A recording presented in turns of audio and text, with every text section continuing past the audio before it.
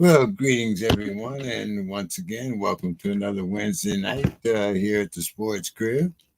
And as usual, a lot of things to talk about, a lot of things to discuss on the field, off the field, and whatnot.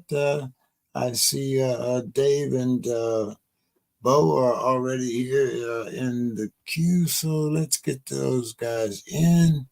Dave, how are you doing this evening? Doing okay. How's it going, James? Oh, hey, it's pretty good out here in California. Not too bad. A little chilly for California, but nothing compared to what you guys go through back there. So uh, I see Bo is he's here and he's a little further north. But how you doing, Bo? Doing good. How are you guys doing? Doing good, doing good.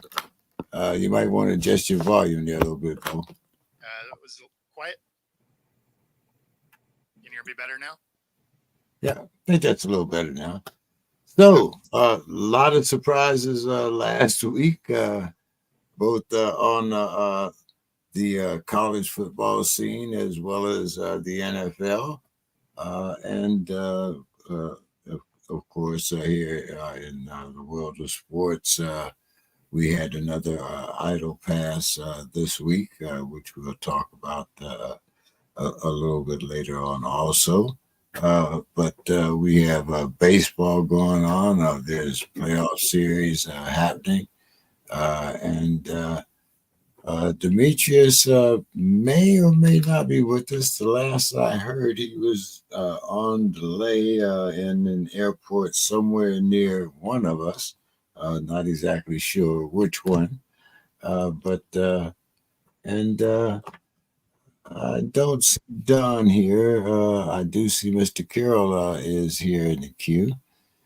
So we'll get started here with. Let's start with our playoffs. Well, actually, I'm sorry, Dave. Excuse me. Let's start off with Sue's Corner. All right. So, hey, Bill. Hey, Bo. Hey, So, as usual, Susan took a look at the agenda and she went into a different sport. So, I'll read her note. And I just wanted to add one thing at the end, but she said Simone Biles is a remarkable person. After a 2-year hiatus from gymnastics, she competed last week in Belgium and won 4 gold medals and is the most decorated gymnast of all time with 37 medals, 27 of which are gold. She overcame the issues she had at the Olympics, where she would lose herself in air and space, so to speak. She could have had crippling results or worse. She also overcame the terrible abuse of the Nassar incidents and the publicity that followed. That's the Larry Nassar from Michigan. She certainly did not have to return to gymnastics at all. She has plenty of endorsements, could open gyms and businesses on the basis of her fame, and recently married the Packers safety Jonathan Owens. But she did it to prove to herself that she wasn't broken, and she certainly did that to all for all of us. So those were Sue's remarks. The other thing I would mention is she was in 2 or 3 different Olympics and got 4 golds, a silver, and 2 bronze medals, which the Olympics for gymnastics, even I think it's even those are greater achievements than the world championships that they hold for gymnastics. And the other thing that I would mention, gymnastics is kind of close to me. My mother was a national champion AAU gymnast and would have gone to the 1940 Olympics, but they were canceled. Ironically, they were scheduled to be in Tokyo. But the other gymnast that I wanted to mention was Mary Lou Retton. I guess her family, she won 5 medals in 1984. And I'm not sure if all 5 were gold or 4 were gold. But she is in intensive care, fighting for her life. She has some type of a pneumonia that is very life threatening, according to her family. So, Sue brought up Simone Biles, which I think is she's proven to be a very strong, perseverant human being, and also best wishes for Mary Lou Retton. Okay, yeah, very poignant thoughts, and yeah, I'm glad that you were able to mention Miss Retton.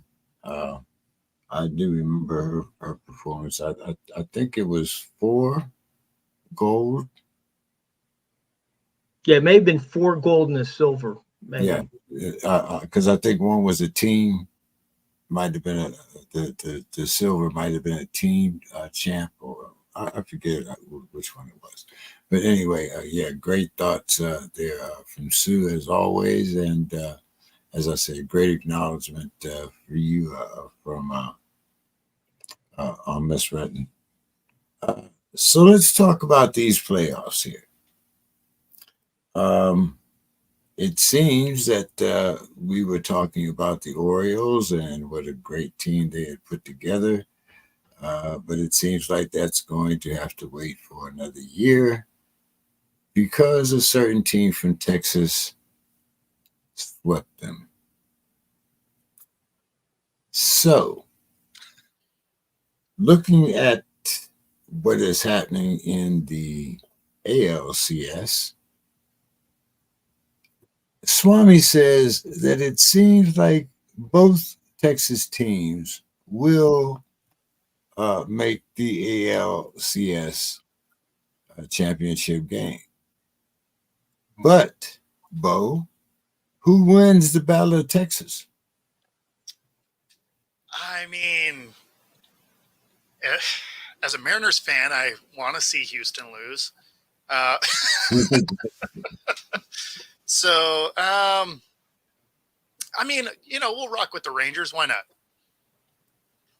Okay. Pitching, hitting, which one? What do you think is it? They get the advantage? I don't know if they necessarily have an advantage, but they are playing good baseball overall. They're playing pretty complete baseball. So they have a real shot at it.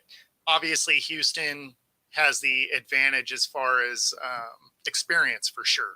So realistically, there's some bias that I'd like to see the Rangers take it instead of Houston. But Houston, when you look at it on paper, is probably the team. But I'm going Rangers anyway.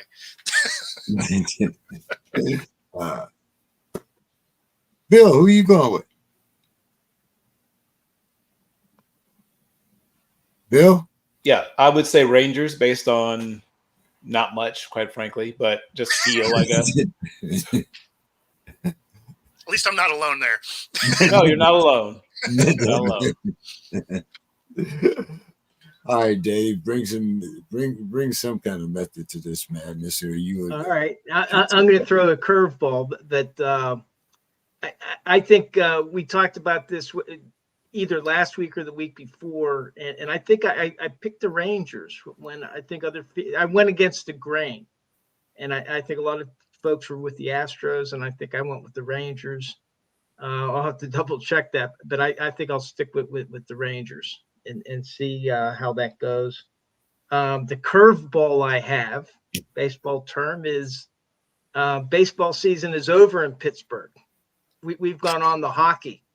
And I just want to bring up one hockey story real quick, squeeze it in, is Sidney Crosby. There might be a changing of the guard. He faced off against Chicago's Connor Bedard, who's a very young, up-and-coming superstar. He's supposed to be the next Sidney Crosby. The Penguins jumped out to a 2-0 lead, but Chicago prevailed 4-2. I think it's really cool that this kid, Bedard, he grew up being a huge Sidney Crosby fan, and then to be actually able to face off against him and spend, I think they spent about 6 or 7 minutes on the ice against each other. That had to have been thrilling, and then also to get the win against Crosby. And it sounds like Sidney Crosby just sounds like a class act. I've never met him, but very nice guy, very well respected and liked in Pittsburgh. Not so much down here in Washington. But they really put out the red carpet for Bedard, and it's really nice to see some new young talent coming up. So that was my curveball from the baseball. Okay.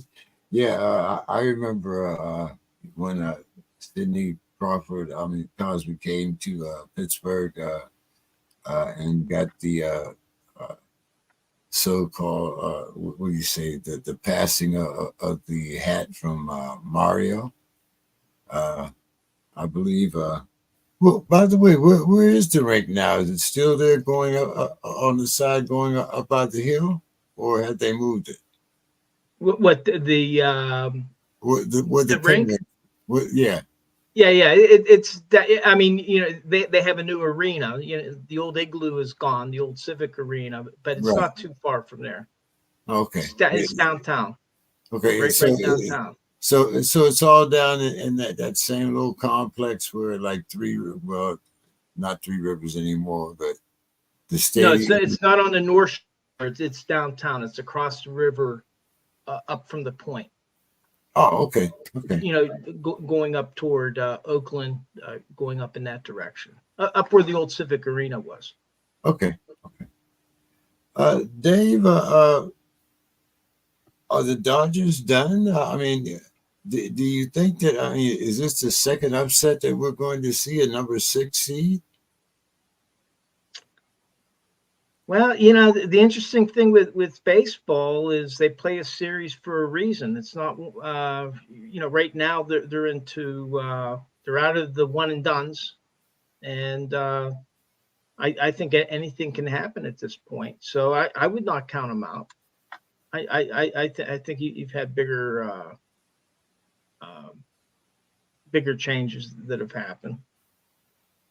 What do you think, Bill? You were asking about the changes to the location of the arena? No, I was asking about whether or not the Dodgers are done. Oh, not necessarily. I mean, it doesn't look great, but that's the thing about baseball is it's not over till it's over. It's about any sport, really, but baseball is a sport that doesn't have limits, quote unquote, right? I mean, pitching is momentum in baseball. If your pitching gets good, you can win no matter what. It's not like it's a little different from other sports where you have to have everybody hitting on all cylinders. If your left guard is terrible in the playoffs, you can be done in football. If your punter shanks a couple of important punts, you can be done in football. If your pitching gets super hot and nobody else does anything, you can still win in baseball. If you just deny people the opportunity to score. So I would say done, no. In trouble, most certainly, yes.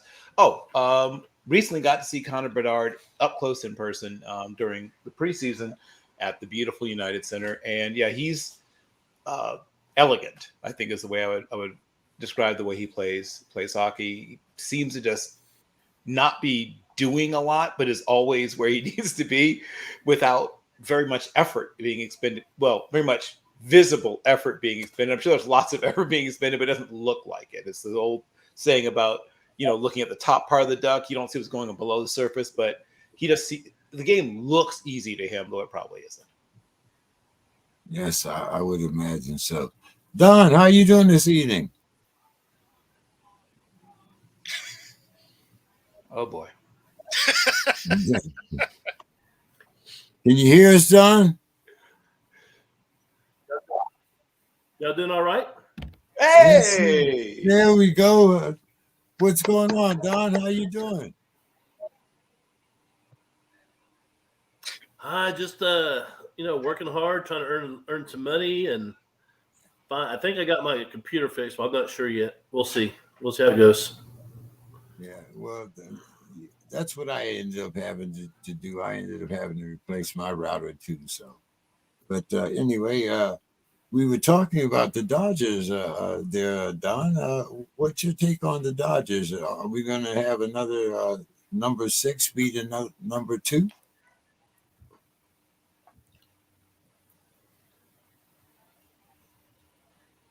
I didn't hear you, James. I said, are we going? We're That's talking early. about the Dodgers. Are we going to have another number 6 be the number 2?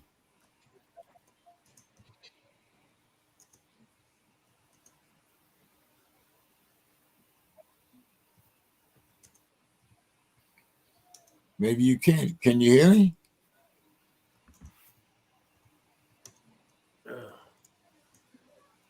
We can hear I'm you. hearing about every other word you said. Hmm. You said something about the Dodgers. That's all I got.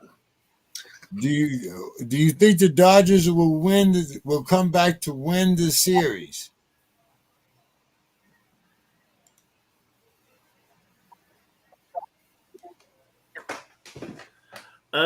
Very doubtful. And who wins the Battle of Texas? The Astros and the Rangers. Who wins the Battle of Texas? Astros. I knew Don would come in with some sanity to this conversation. Everybody else has picked the Rangers, Don. The Astros. I got the Astros over the Rangers. If it comes to that. And so, why do you? I mean, we all know that you're a big Astros Did you hear fan, me? but yes, Yeah, we got you. is there anything other than the fact that you're an Astros fan that leads you to that, or is that are you using baseball knowledge or just your Astros wizardry there? Well, I'm a historian, and historically speaking, the Astros will find a way to win. The Dodgers will find a way to not win. So that's my take.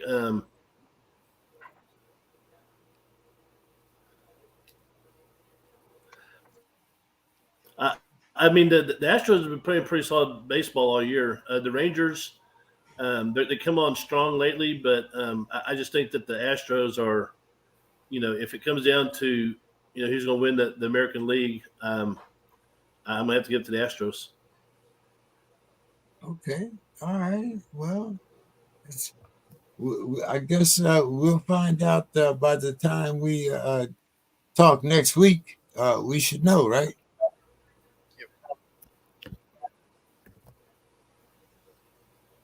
Okay, Don, I'm going to bring up some painful memories here. What happened? Oklahoma wins the Red River rivalry, and Texas falls, I believe, down to number 10. But considering the cost, do you think that OU can stay in the top 10? Did OU? Well, what's your take on this? Will it be a comeback from Texas, or did OU actually end up hurting themselves more than helping themselves? They lost their leading wide receiver, right? Well, yeah, and they have a quarterback who defensive back that might be out also. So we'll see. That was a hell of a game, by the way. If y'all didn't watch it, it was back and forth, and Texas lost it with 12 seconds left on a 4th and 3, whatever. So yeah, it was crazy. But if you look at their schedules, Texas and Oklahoma both have pretty, or I would say fairly easy schedules, as far as the Big 12 goes. Texas has to play Kansas State at home, and they have to play West Virginia away. Oklahoma still has Kansas and Kansas State, I believe. So, I mean, if Texas and Oklahoma both take care of business, they'll meet in the championship game. And I think I still like Texas in that matchup. Bo, what's your thoughts on that game? Sorry, guys, I'm having some issues with freezing here. Hold on. come back to me. Okay, Dave. Yeah, I think the difficulty for Oklahoma may be that they have to go against the Kansas. That's their next game on the schedule, and so it's just a matter of okay, well, can they compensate for the injuries that they had, somehow get past Kansas, and then after that, like Don was saying, Oklahoma State, West Virginia, BYU, and TCU. So although TCU, that could be a pretty interesting game, but I would love to see a rematch in the Big 12 championship. I think that would be pretty cool. You back with us, Bo?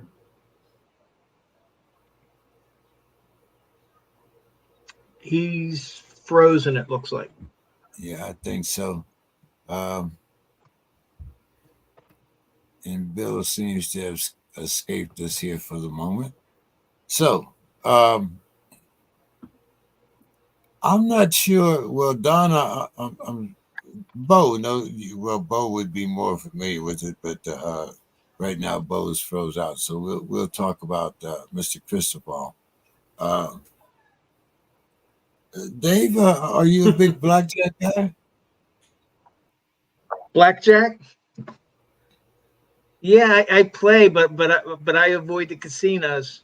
The house always beats me. Although you should be in blackjack. There's actually more skill involved in that than a lot of the other games. But my luck doesn't always hold up there. But Miami, wow. I mean, you would think, he got this hand before, the same hand in Oregon. All he had to do was kneel down, let the clock run out. But no, I'm not sure whether you want to call this personal ego or, I don't know exactly what it is. But anyway, this is the second time that he's been dealt this hand. All he had to do was kneel down and let the clock run out. And both times he decided to split his aces. And Dave, both times that he split those aces, he got deuces, 13. Yeah, but here's the thing: is when you split those aces, you don't get two wins out of it. You're only gonna win one game, and so it doesn't make any sense to split the aces at that point. Win the game, and Mike Tomlin, his expression, he says he never makes an apology for a win because he says you don't get style points in the NFL. And it's the same thing in college football. There's no style points. There's no extra credit. Just win the game. And if it's kneeling down, if that's your best chance to win, then that's what you do. But Don, that's not sexy. That doesn't get you headlines. That doesn't get you accolades. That does. I mean, what's your thoughts? I mean, like I said, I'm going to tell you. I'll tell you a little story. So it's been many years ago, but Kevin Steele was the head coach at Baylor, and they were playing San Jose State. And San Jose State gave them a very good game. Baylor had the ball. All they had to do is run out the clock, take 2-3 knees, it's over. But Kevin Steele ran the ball. Guy fumbled. San Jose State scooped and scored and won. Kevin Steele was fired like 5 days later. His last game of the season. They're finished up at San Jose State. I don't know. I don't remember why, but Kevin Steele didn't last the season. So sometimes you have to get out of your own way. You know what I'm saying? Take the win. Just take the win. Just it's not rocket science. Yeah, but hey, like you said, sometimes you just have to get out of your own way, and it should be interesting to see. Yep. Because this is Miami, not Oregon. Even Oregon's in the Pac. Well, it was the Pac-12 then, but it's not getting that microscopic booster concerns. I think I'm pretty sure that the boosters of Oregon, although they might be very revered and rabid fans, I don't think they can compete with the ones down there in Miami. So we shall see how that what ends up out of this, and whether there'll be more. Well, of course, if he wins out, I guess it won't make a difference. But I really don't see that happening. So, guys, let's we're on a little fast track this evening. So let's talk a little NFL. Tight end Travis Kelce says they grow pot indoors. Why can't the NFL grow grass in stadiums? The Chiefs may be without their tight end Thursday night, but as of the latest headlines, he will be available. Who knows? But grass, are we still really talking about grass? Haven't we had enough study on this in all these years, Don?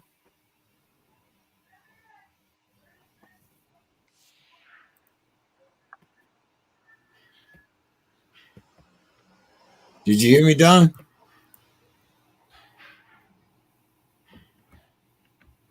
I guess not. Dave, did you hear me? Yeah, I hear you. I hear you fine. Yeah, in terms of the the grass in the stadiums, I know that they've done all these studies, but I mean, to me, the pull that matters is what are the players like playing on?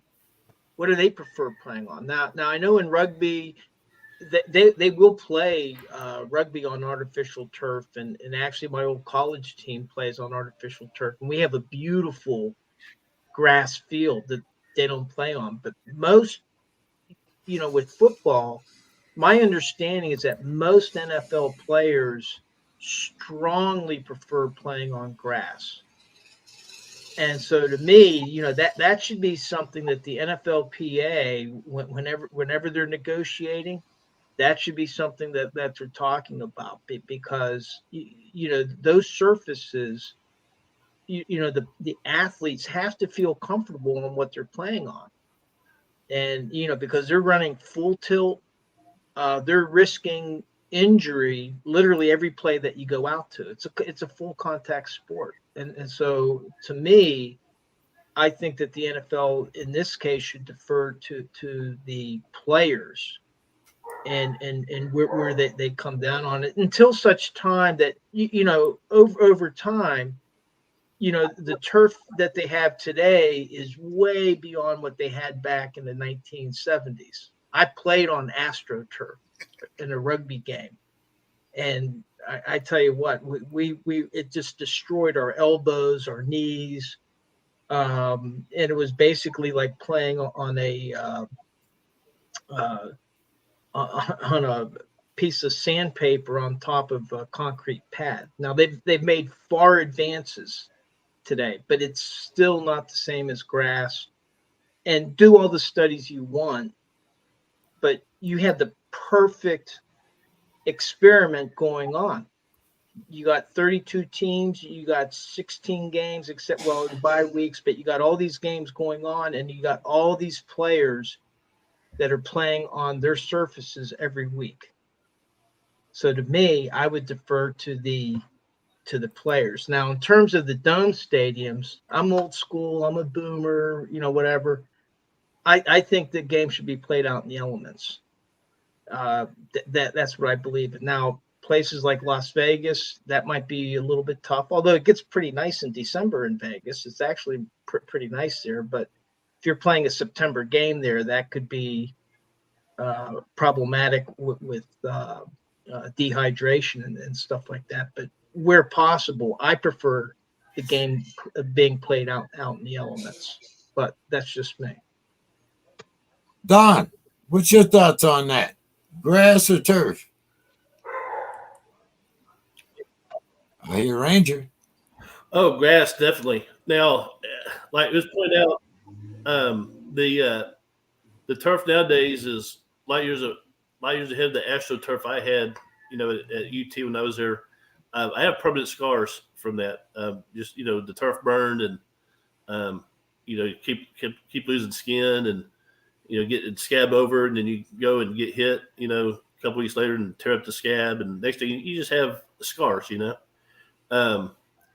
The joints hurt after all those years, but I'm a big proponent of grass, like Blues Oyster, like they had at Penn State. The best field I've ever been on was at Penn State.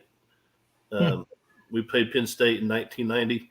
That grass was the best I've ever seen, ever felt. It was perfect. Now, Bo, I'm going to take Demetrius's spot tonight and put on the black socks and the whole 9 yards, because AstroTurf actually put guys like me off the field. Yeah. It was specifically designed and to speed up the game. It had it had very much to do with revenue more than the health of the players. As Don says, I mean, from 1990, as Dave, says, from playing rugby. But I will say that this is not, your grandmother's AstroTurf. That this is new, but Bo, like I said, I'm going to be like Demetrius. I think AstroTurf ruined the game. Yeah, so I mean, I actually got to play on all of it. So I got to play on AstroTurf. I got to play on the field turf and natural, on grass. And grass is better, right? The field turf is better than AstroTurf. AstroTurf is brutal.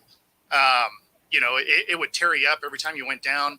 It was a wicked rug burn. The impacts were rough because it literally is a concrete pad underneath it.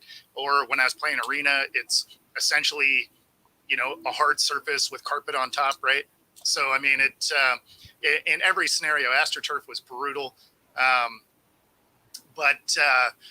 Yeah, I mean, when you look at some of the lower leg injuries that happen with the field turf, at the end of the day, it doesn't give like grass does, right? So you see some of these lower leg injuries that you don't necessarily see at the same volume on grass because the dirt gives way, right? So, Aaron Rodgers, does he still pop an Achilles if he's on natural grass? Maybe, right? Like if his foot got stuck, it's definitely possible. But the thing is dirt gives way easier than your foot sliding through field turf. So, I mean, there's a real chance that dirt gives way a little bit. And does he still end up injured? Yeah, probably based on the way that he planted. But does he have a season-ending injury? Yeah, maybe not. Maybe he just pulls a calf instead. So, Bo, when you're investing the type of money that you are in, say a tight end, even a right tackle nowadays, when you look at these salaries here, why is it so? Why is it such a controversy? You would think that something that helps keep your assets, speaking strictly from a business point of view, on the field. Why would you submit to an inferior product? Well, I mean, there's a couple of things there. So half of the stadiums still have grass in them today. So I mean, you're only talking about half the stadiums in the league anyway. But there's a couple of them that there's a logistical nightmare to it because they're shared stadiums. So there's a game in that stadium every week. That'll tear up turf, right? Like that grass will have a hard time surviving through that. Specifically talking about MetLife and SoFi. But as far as the other ones, obviously natural grass costs a lot more to to maintain. That being said, they have been talking about trying to get grass in all the stadiums. And I think a bunch of these stadiums hosting World Cup games will actually help foster that to become a thing around the league, because where some of these World Cup games are going to be played are in stadiums that are currently turf, that they're going to have to pull the turf out, put natural grass in for the soccer games that are coming.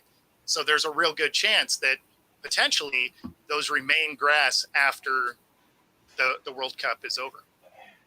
Yeah, and I just wanted to add. I'm sorry, Bo. I just wanted to add to your point is with AccuSure Stadium, that's natural grass. The Steelers share that field with the Pitt Panthers College. Yep. Plus, they host the WPIAL high school football championships in November. Yeah. So that field that could have half a dozen games over one weekend in November. And what they've had to do several times is literally replace the sod. They've had to resod it over the weekend before a Steeler game, which could cause some issues, but it requires a lot more care and attention. But that demonstrates that it can be done. It can definitely be done, and that's why I said it just requires a lot more funding to maintain a grass field, especially if there's going to be multiple teams playing on it all the time, which is why the owners of those stadiums don't want to do it currently, because it's just a cost per and when it comes to a player going down, so much of people's salaries are based on performance. So if they don't perform, they're just getting whatever the guarantee is. It's not like it's basketball or baseball where it's a fully guaranteed contract. Most of these guys, their incentive base after the first year or two, the cap hit and overall guarantees are mostly gone. So, they don't really have a vested interest beyond that point anyway, which is like, it's not good, but at the end of the day, from the owner standpoint, the players, the coaches, everybody on the staff is a commodity essentially. Yeah, basically that's what I'm saying.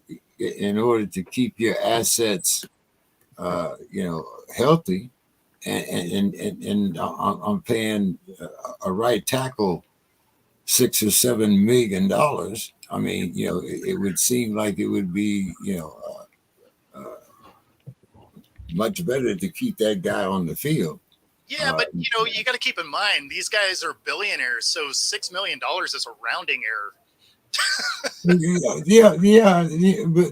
but like I'm saying, you got, these are also, if you got to replace these guys every year, or due to a soft tissue injury or whatever, I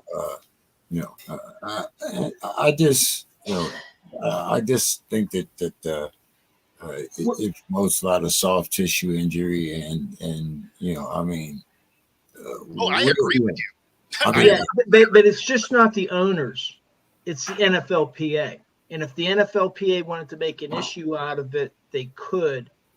The reason they don't is because those reduced revenues, those costs reduce the amount of money that they get for their salary caps for the big name players. And so it's just not the owners, it's the NFLPA that's equally culpable as far as I'm concerned, because they don't represent the interest of all the players. On paper they do, but practicality they don't. They're more in line with the NFL owners, which is let's increase your revenue every bit as we can, and then we can go back to the players and say, hey, look at all the money that we won you. But when they're doing that, they're literally hurting their membership. So to me, I'm not defending the owners. I'm just saying that they're not alone in terms of responsibility. And I think that the player reps, they should be insisting, hey, let's put this on the table. And not all players don't like it is the thing. Like, right. If you got all the players on board saying, hey, we just don't want field turf, the NFLPA would definitely have more cause to really do something about it. That being said, they'll still have what, 2 or 3 more years in their current contract.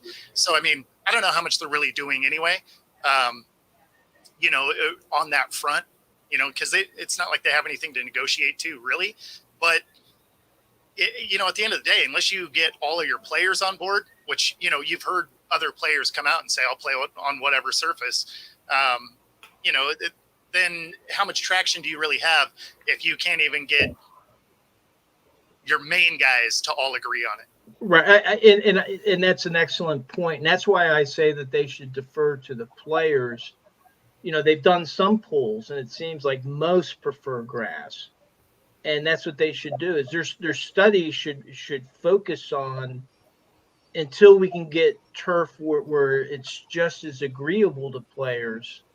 Well, we're going to keep using grass, because this many, 60, 70%, whatever the number of the athletes that are doing it, that's the surface that they prefer playing on.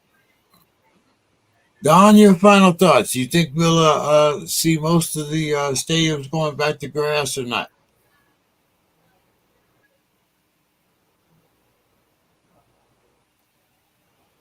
Can you hear me, Don? Well, yeah, I sure hope so. I would love to see the grass come back everywhere. High school, college football, pee-wee, 6-man, whatever. Keep the grass. Okay. I'm old school. All right.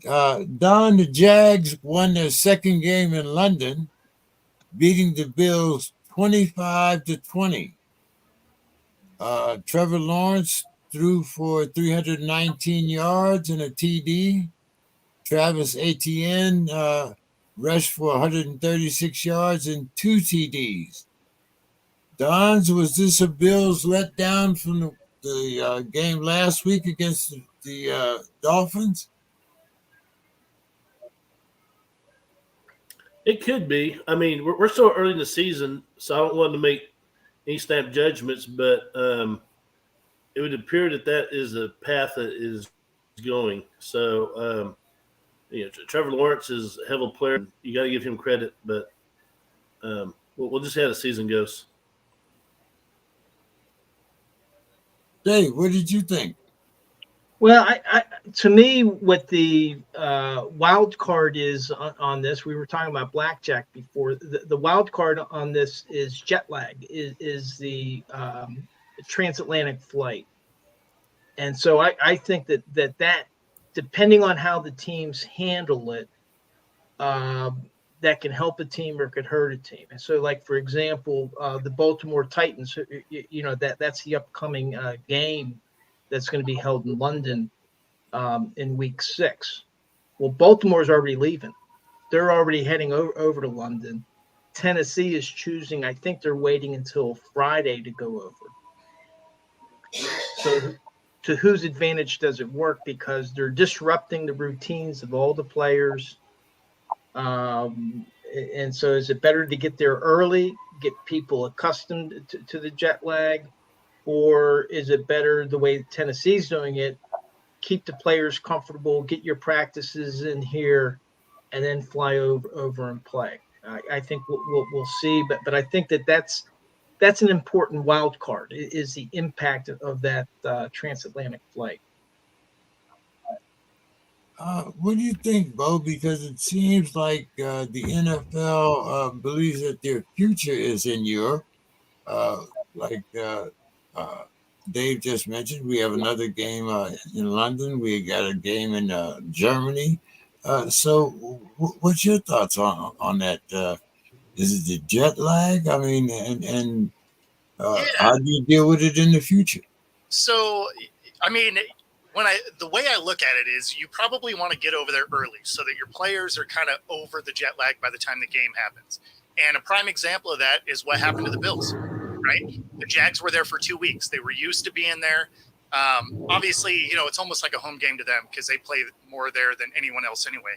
But it was their second week there. Their guys were in their routine. I understand they had to move hotels and stuff, but I mean, that's not really a big deal. You're not dealing with time changes and stuff like that. But you were hearing rumblings that the Bills were dealing with fatigue on Saturday before the game, right? So because they flew in, as I remember, Friday, right? So Saturday they're trying to get through, jet lag and all of that. And then Sunday morning, bright and early here, but it's Sunday afternoon there. You're still trying to shake off the rust from the flight, and then you're going against a team that's ready to go, just come off a win, didn't have to travel. So when you look at this upcoming game, you got, Baltimore going there now, and then the Titans are going to go in there last minute. Like I was going to pick the Ravens in that game anyway, but you're going to have a tired Titans team playing against a team that's been there all week. I mean, that just that sounds like a Titans loss to me. Near as I can tell, if you're a team going to London, soon as you're done with your, whatever day you happen to be playing before Sunday, Monday, whatever, right? That next day, you should be loading your team on the plane. That way you can get accustomed to everything over there, so that you can be as ready for that game in that climate as you can be. Okay. All right. Yeah, that 8-hour time difference can make a hell of a change when you consider, you don't know how much stress you had going across and whatnot, and like you said, your body has to take on a lot of things. So we'll see how this next one is up. Bo was already kind of previewed one of our predictions already. So let's kind of move on here. Bo, the Jets beat the Broncos 31-21. Hackett gets the game ball. Karma? Yeah, I mean, there was so much unnecessary talk from the Broncos, Sean Payton in general, that, you feel good for Hackett for them to get this win. It was the dumpster fire bowl at best anyway, so it's not like you're pulling anything out of this game where you're like, oh, this is something you can build on. You're playing – it's two bad teams, right? Now, obviously, it's a bad look for the Broncos, especially with as much as they were talking and running their mouth before the season started. And then to go in and mostly have your full complement of players and lose to a Jets team that, you're playing a quarterback that by and large, most people don't think should be a starter in the league. It doesn't say good things about any of your starters or the way you're coaching your team. So, that'll be a tough pill to swallow for Sean Payton and company. What did you think, Dave? It seems like Sean has been relatively quiet, not so much bravado anymore.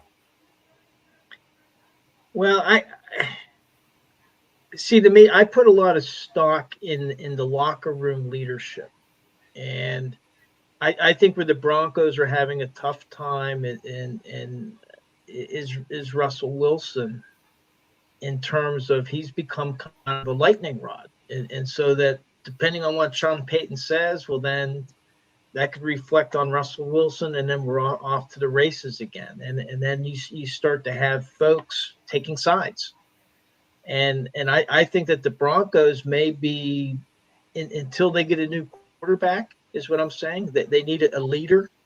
I think that they may have some continued problems. And I was not a fan of Russell Wilson when he was at Seattle. I think he was a product of a system and a great Legion of Boom defense.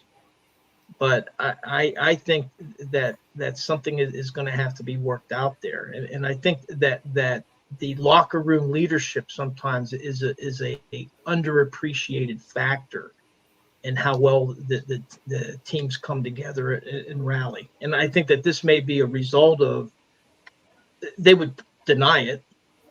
They're not going to put their laundry out in the middle of the street, but it has to have an impact. It's just an unneeded distraction. But Dave, Sean threw the laundry out in the middle of the street. It wasn't. It wasn't Well, I like was talking about the players. I was talking about the players. Like if they're interviewed, they're going to try not to. They don't want the spotlight all of a sudden on them. Hey, I took Sean's side. I took the coach's side, or took the quarterback side. The players. I think those are the ones that probably don't want to air their laundry. They want to go out and win football games, and I just don't understand it. The coach needs to figure out a way of how to bring those players together. That's the coach's responsibility. But at the same time, you have to have that locker room leadership so that the coach isn't having to deal with 53 individual personalities. He has 2 or 3 go-to people that he can go to communicate what he's trying to get done. And doing it through the press like that's I can't think of too many times that works out positively. Sean, Bo, what did you think about this situation kind of from the beginning? When Dave mentioned like things about players, but it was kind of obvious that players thought it was a little much for Russ to have his own office and some of the different other perks that he brought along, and that kind of alienated him. But then Sean comes in and talks about what a bad job Buddy Hackett has done. Excuse me. And then you have the very controversial or not controversial, but just bad looking start by Russ at the beginning of the season. When team dynamics get so out of shape, Bo, how hard is it to recover? I mean, it's not, it's kind of like, recovering an onside kick. Yeah. Yeah, I mean, so to come back from it is tough. And because, I played on some good teams and I played on some bad teams. And very rarely when you are on a team that is bad, do you recover in a meaningful way. Now you can build some good bonds within the team, right? Like if you sometimes that adversity can bring you together and you can start rattling off some wins. It may not save your season, but it may set up some momentum for your next season, right? Because you start to galvanize around each other. You're like, hey, everybody's counting us out, but we can do this. And, you start to play as a unit and, but I don't see that happening with this group. Like they seem fractured in a lot of ways. Like they kind of go at each other. Sean Payton doesn't even look like he likes. It doesn't look like. Not only does he not like him as a football player, it almost seems like he doesn't like him as human, right? Like he is telling him not to kiss babies, and there's just some ridiculous stuff coming out of his face that makes it look like it's more than just football. And then of course, he's saying stuff to the media where he's just like, yeah, if we jump off sides, I'm going to make the entire team run around the stadium. I'm curious to see if that happened because they jumped off a bunch of times. He's such an old school coach mentality, and the way that this team is put together and the fact that they already had issues with each other, especially with Russ, the way he came in. And it wasn't bad enough that he had an office, but it had to be on the executive floor. And there was so many just ridiculous things surrounding this team that, it as much as they can't get off Russ because of the cap hit and everything goes around it, you almost feel like they have to, because Peyton, again, doesn't seem like he likes him. And but from the ownership group, you're stuck, right? They gave up 3 first rounders, 3 second rounders, a 5th rounder. And between the two of them, there's, almost $400 million worth of money tied up. I mean, I feel like you're just kind of hamstrung a little bit here, but I mean, they got to do something because what they're doing doesn't work. Put them back on grass. Yes. Well, it's legal there now. Okay. The Finns lose their rookie running back, Devon Ashane, to IR in their 31-16 win. The Finns' schedule is at least 50% favorable for them to win two of the next four games. I believe one is against who was I didn't have that up here on my schedule, but anyway, they are you concerned that by week 9 the Finns could possibly be 6-3 instead of what 7-2? Well, I mean, you never want to lose a starting player at any position. Okay, because they're a starter there for a reason. They've gone through camp and they've proven that, hey, we're the number one guy.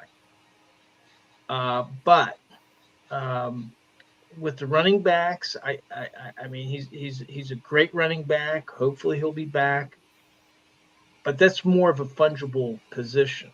If this were Tyreek Hill or if it were Tua, oh man, I'd have huge concerns because, frankly, I believe that those two players have a much greater impact.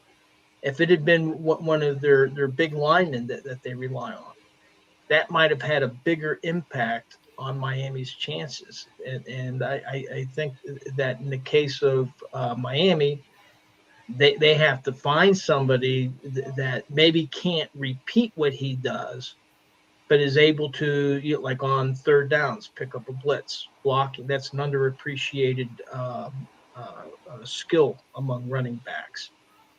Can he pick up some positive yardage, what they call successful runs? So if it's second and 6, well, maybe he doesn't get the first down, but if he can gain 4 yards, if he can make it a 3rd and 2, well, okay, you still got all your other weapons to go forward. So I think it's a big concern, but I think if and I believe that they're making moves to sign another running back. Maybe their practice squad is insurance, but it depends on who's coming up behind them, and can they minimize the fallback. There'll be a fallback in production, but what they're going to have to try to do is to minimize the impact of that loss. So to answer your question, for those reasons, I think they can overcome that loss. What do you think, Bo? Jeff Wilson should be coming back off of IR, and of course they still have Moser. He's still there, and Waddle should be back after. Well, he should be back in his stride very soon. So, what are your concerns with the loss? I mean, speed kills, as we all know, but I mean, as far as a track team, Miami still leads the NFL. Yeah, well, and they also don't run the ball a ton, right? They're in the bottom half of the league as far as rushing totals, if I remember right. So at the end of the day, does it drop off? Yeah, I mean, of course, right? You're losing your starter. So that's the guy that you've been scheming your rushing attack around. So obviously there will be some drop off, but it's not like they are a run first offense, right? They're not the Titans where everything they do is predicated on what Derrick Henry can do, right? Or the Giants. Obviously, everything they do relies on Saquon to be healthy. That's not this offense, right? Their offense is top flight, take the top off, and here we go, right? So does it hurt the team? Sure. Does it hurt less than a team that is focused on running? Absolutely. So, I mean, I think it hurts. Do they end up with a loss out of it? Sure. There might be a situational, play that they can't convert because they don't have their starter in there. But by and large, that's not what they do. I mean, what they do is they throw the ball. Most definitely. David said, if this had been Tua or someone, then maybe it would have more of an impact. I'm kind of interested to see what happens with Jeff Wilson. Uh, I'm not sure whether that combination of Wilson and Mozart is just snake bitten or what. I mean, they had a great combo there uh, with the 49ers, but it was always one was out or the other was out. I'm not sure. Wilson just seems to be a little fragile. I mean, I do understand that these are not, Pop Warner guys that he's going up against, but, you know, like you said, the best availability is to be available. So we'll have to see how that goes on. Speaking of best availability, Bo, Justin Jefferson is also on IR. The Vikings lost to the Chiefs 20-27. And Kurt says he's still not concerned about trade, but should the Vikings strike while the iron is hot? And will there be another chance to max Kurt's value? I mean, not just for Kurt this time, but for actually the team. Yeah, I mean, so that's interesting. I mean, yeah, obviously Jefferson going down is a major issue. Not that he necessarily did a lot in the last game anyway, but losing him is huge. He's he's the main guy. But man, I don't know how much you're going to get for Cousins. I mean, I don't know how many teams are really looking for that guy. Right? I mean, yeah, okay, you can get some extra regular season morning wins. You can get morning wins. Occasionally an afternoon, never an evening. Now, I understand wins aren't a quarterback stat, but it's a funny thing when you always lose in prime time. I mean, even in those close games last year, right? What were the couple of games they lost? Oh, the two they had in prime time. So, and they've lost one in prime time this year. Obviously, that one 100% was not on Cousins, but it still goes as an L in the stat sheet. So, I don't know how many teams are going to be willing to spend the money for what Cousins is. I mean, he is that guy that gets you maybe into the playoffs, and then he's probably a first round exit. He's that, it's Cousins, it's Dak, it's that level of quarterback. So, I don't know what they're really going to get in return. So I don't think it's going to be, I don't think they just flush what they have because they don't have anything else anyway. What's your thoughts on that, Bill? They got to hold on to him for at least one more year, James. Are you familiar with what we call the salary cap?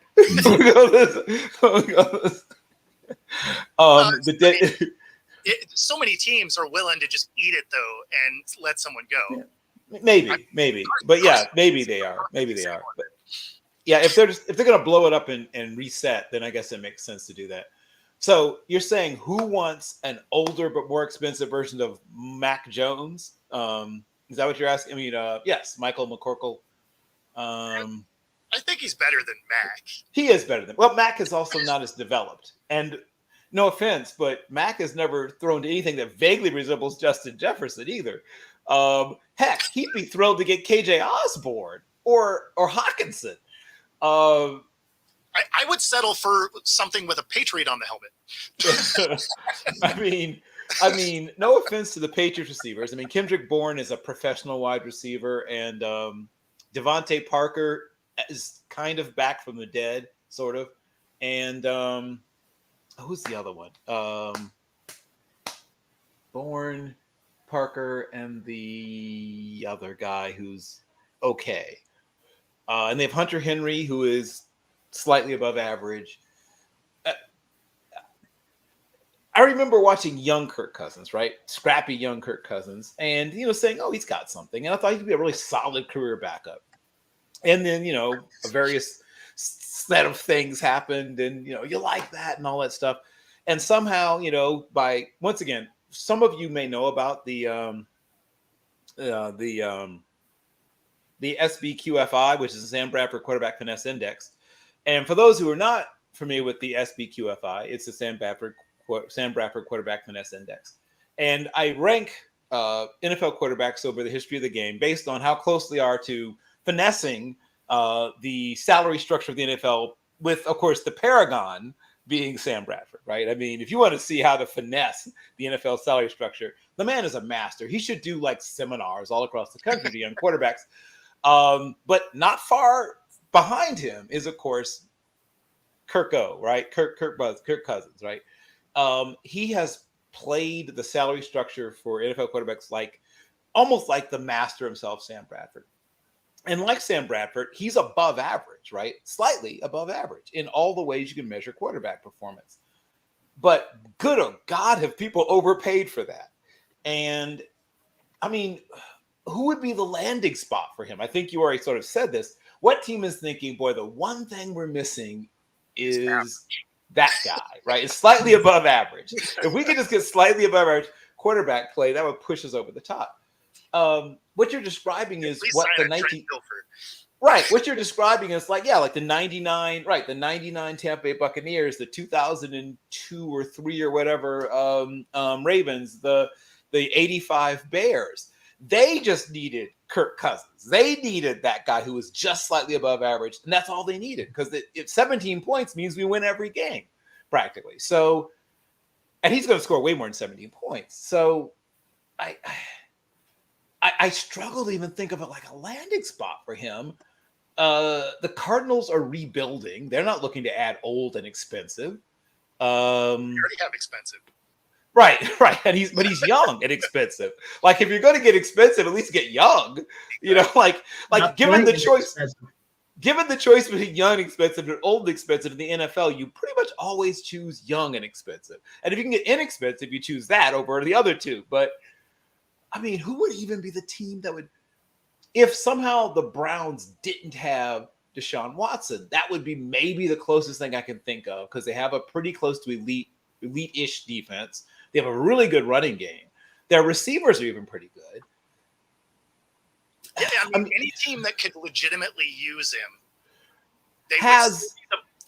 they need the Vikings to carry the entire contract because they don't have any pretty cap. Much. Right, exactly. That's what I'm going to say.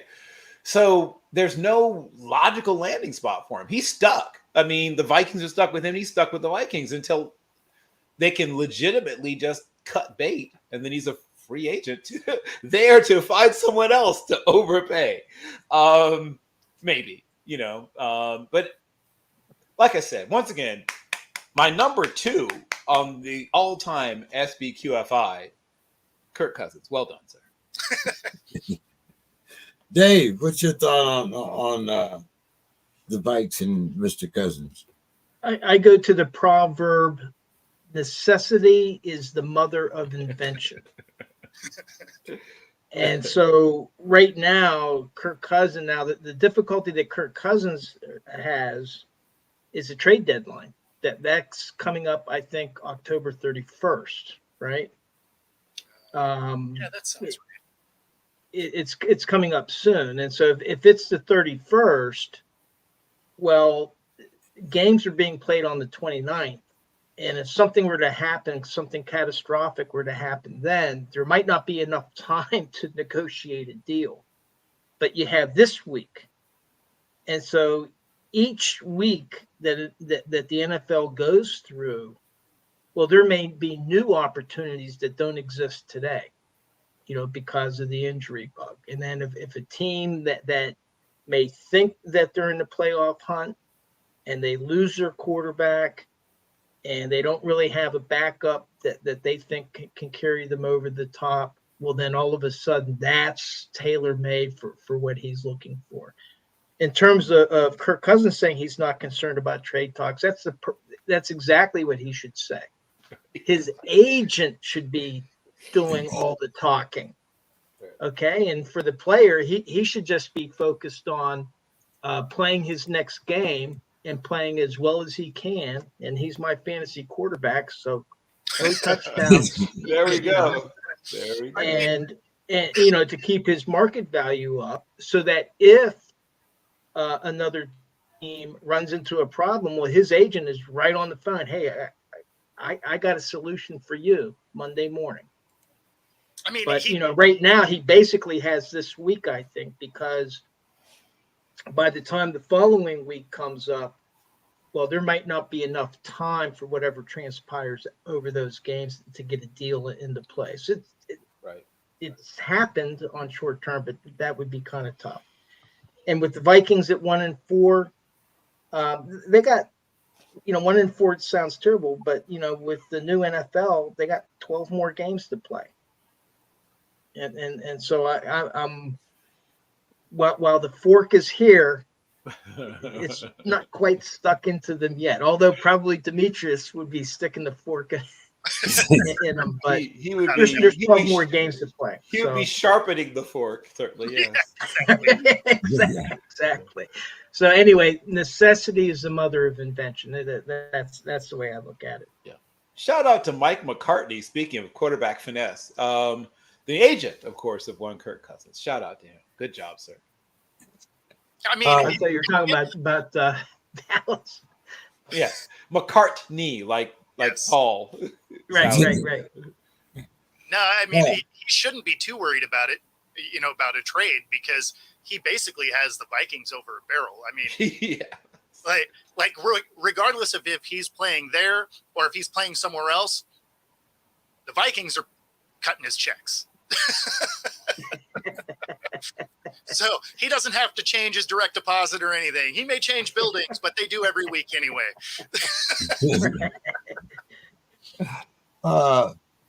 Bill, Saints quarterback Derek Carr throws for 2 touchdowns and has a quarterback rating of 114.7 as the Saints blow out the toothless Pats offense 34-0. Yep. I've had a lot to say about Mr. Belichick and the Pats and Mac Jones, so I'm going to let you guys run with this. Bill, what's up? Well, I've said this before, and I guess I'm just going to briefly reiterate. As I said a few times, William Stephen Belichick has a problem. And the problem he has is that his GM is going to get him fired. Unfortunately, his GM is himself. It's the calls coming from inside the facility. He's got a real problem. There's a time when you throw open the door and there'd be Scott Pioli over there and Thomas Dimitroff over there. I mean, they used to have just a bumper crop of young talent evaluators who were the best or close to the best that you could find. And they're all gone. Half of them are in television. Some of them working for other teams. One of them is running the Cardinals. One of them is running the Texans. Those young slappies, as you call them, those guys that, worked for peanuts or maybe the peanut shells and would, help build this thing. Like, people like to put in this, it was all Tom Brady. Well, I mean, Tom Brady certainly helped, but they used to have one of the best talent, if not through the draft. And they were hit and miss in the draft, but they did a great job of finding undrafted free agents and cast-offs from other teams and, the Troy Browns of the world and guys like that in the late rounds, Edelman in the late rounds. A lot of teams were afraid of drafting even a guy like Gronkowski because he had missed an entire season with a bad back. And that's why he was available for them to draft late in the second. But the wheels have fallen off their talent evaluation wagon, fallen all the way off, like hard. They are now one of the worst drafting teams in the whole NFL. And that catches up with you sooner rather than later in the NFL. If you don't draft well, then now you're trying to fix all your ills in free agency. And that means you better not miss in free agency. And guess what? They've missed there too.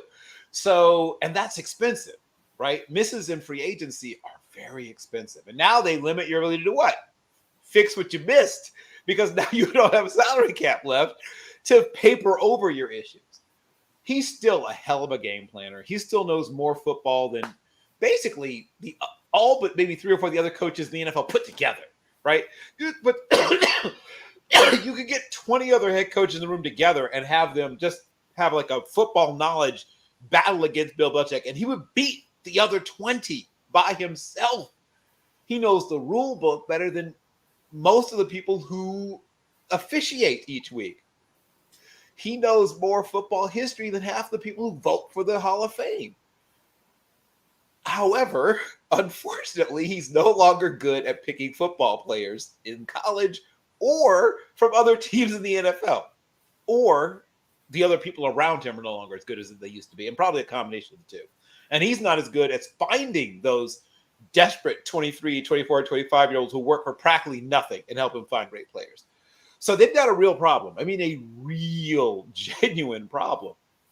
They've never been able to figure out wide receivers. I mean, like Troy Brown and Julian Edelman, like one undrafted and one late drafted, are like the best receivers they've had. Demi Amendola, you know, and obviously we've got Welker as a free agent. But like those are the best homegrown wide receivers since Belichick's gotten there, right? So this is something they have struggled with mightily. And now the offensive line is a mess. Their defense is no longer elite. They run the ball okay, but it's not a dominant running game. Like they have nothing to hang their hat on. There's no one thing they can say. We got them winning. Okay, they might be able to throw the ball with us, but we've got okay. Well, they might be able to defend better than us. We've got well, they might have better tight ends. Like there's nothing. There's nothing you can point to. Well, our quarterback play is it's okay. When we like, there's no one thing you can say we got this definite thing. We're gonna hammer them with this thing. None of them. They have one really good draft pick in the whole draft, and that's Christian Gonzalez. I love that kid, and he's hurt right now, but he's going to be right. He's hurt, but he's going to be a great corner for many years for somebody. I don't know who the coach will be in the future, but I really believe that if you asked me 2 years ago, I said, oh, they'll let him coach until he's tired of coaching. I think they might get tired of him coaching before he gets tired of coaching. I think he wants to do the LeBron thing where he like hands it off to his son. I don't know if he'll get that chance, though. He might be hearing some rumbling about new blood. He is the oldest coach in the NFL, slightly older than Pete Carroll, who feels young, though he's very, very old. Because he still like warms up the receivers and like runs routes, and I don't know what that guy eats or takes or whatever, but he is the youngest 70-year-old I've seen in a very, very long time. Shout out to Sophia Loren, was the last 70-year-old I saw with that much, vim and vigor and energy. But that's not Belichick, right? He's not a guy who can get by on the other failures by being able to rally people around him. Like, there's no there for the Patriots.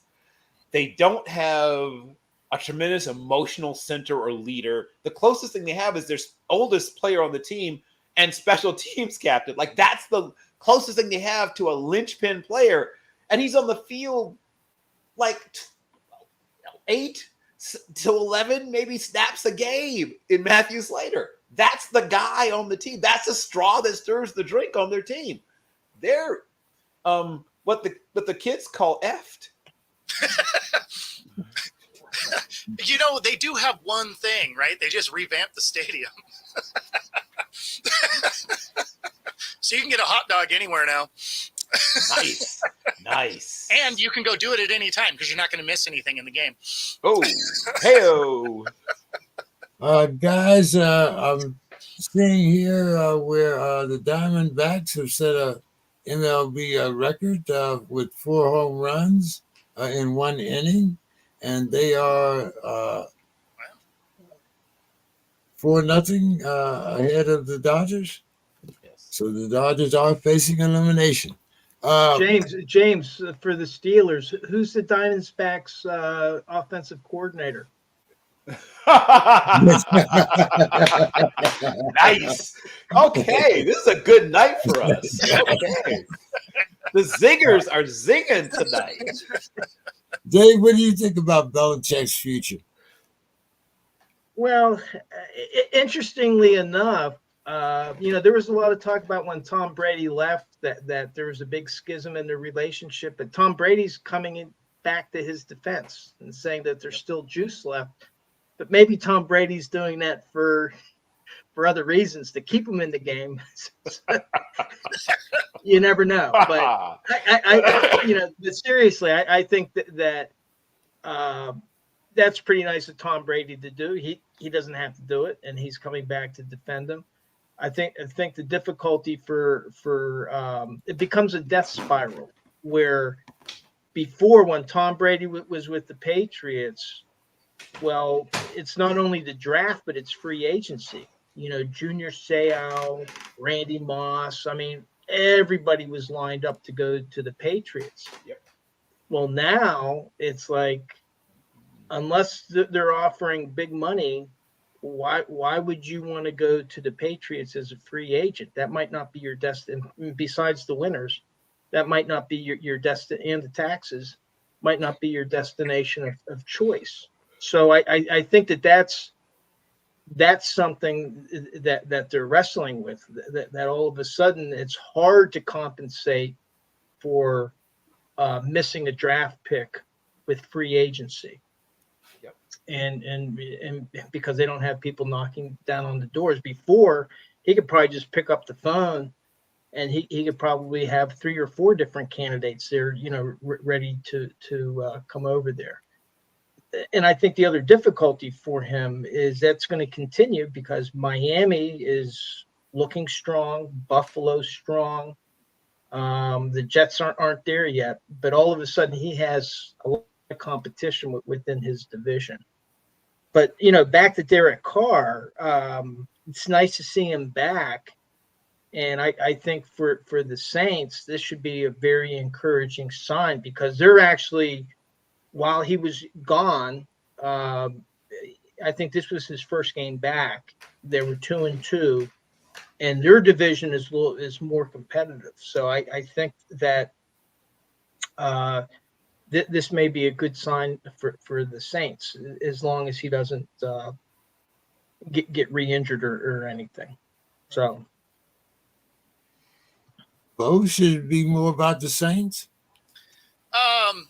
No, they beat up on a bad team. That's like when somebody beats up on the Giants or the Panthers. It's a win, sure. But similar to if you get beat down in a game, you can also have a good win where you basically throw the tape away because you understand that you're not necessarily playing a world-class team here. So unfortunately, I want to take something good out of it as far as the Saints are concerned, because on paper, they should be the team in that division. And we haven't seen them be that team yet. And even in this win, there's that element of, okay, it was a solid win. They were winning everywhere on the field. Yep. But did they really? Right? Because, you got your varsity team against a JV team. You're supposed to win that game. Now, obviously, you have to win the games that you're in, right? Like you beat the opponents that are on your schedule.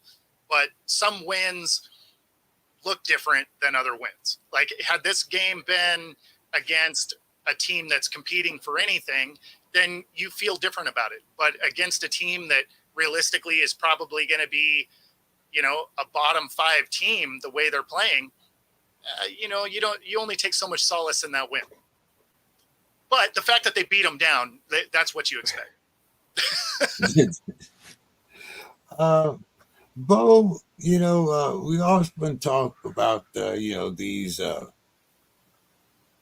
team-changing trades and what they're supposed to produce and whatnot. But we saw the Panthers' ex-wide receiver put on a show as the new Bears wide receiver this week.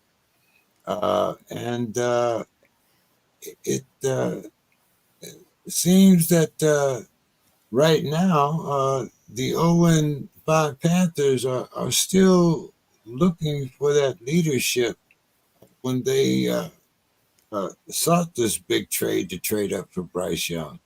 Bo, did the Panthers give up too much to acquire Bryce Young when you look at what's transpiring these first 5 games of the season, or is that really too small of a sample size? I mean, it's a small sample size for sure. I think the biggest mistake they made, and I actually thought Bryce Young was going to struggle mightily coming into this for no other reason than they don't have a good offensive line, and he's not a big dude. So he was going to have a lot of carpet naps throughout every game this season, and he's going to continue to, which is why he's been hurt a couple of times already. And he's going to continue to be, unfortunately, because I mean, the talent they have on that offensive line, I think we could all do very similar work had we suited up. I mean, he would probably be safer if they just dove on the ground and made people trip over him than what he's been able to do so far. So do I think they gave up too much? No, I mean, he still has a target to throw to. I think the biggest thing is he has no protection, and they don't have a way forward in that way. So unfortunately, he's about to have a long season that's going to be real ugly. I don't really think it's a leadership thing. I mean, there's only so many throws you can make on your way to the carpet. Bill, what do you think? I mean, blaming Bryce Young for the struggles of the Carolina Panthers is a little bit like, blaming like the engine crew of the Titanic. I mean, there's only so much you could do in certain situations. And as was just pointed out, if there's two guys laying on top of you, your leadership skills is not really the thing that's going to help you out of that. You can't leadership your way out of 600 pounds of dude laying on top of you. This is a team that has, once again, they kind of shook the Etch-a-Sketch. Christian McCaffrey's not walking through that. Brian Burns is still on the team, but we can probably set the. Somebody talked about free agents and movement or whatever trades.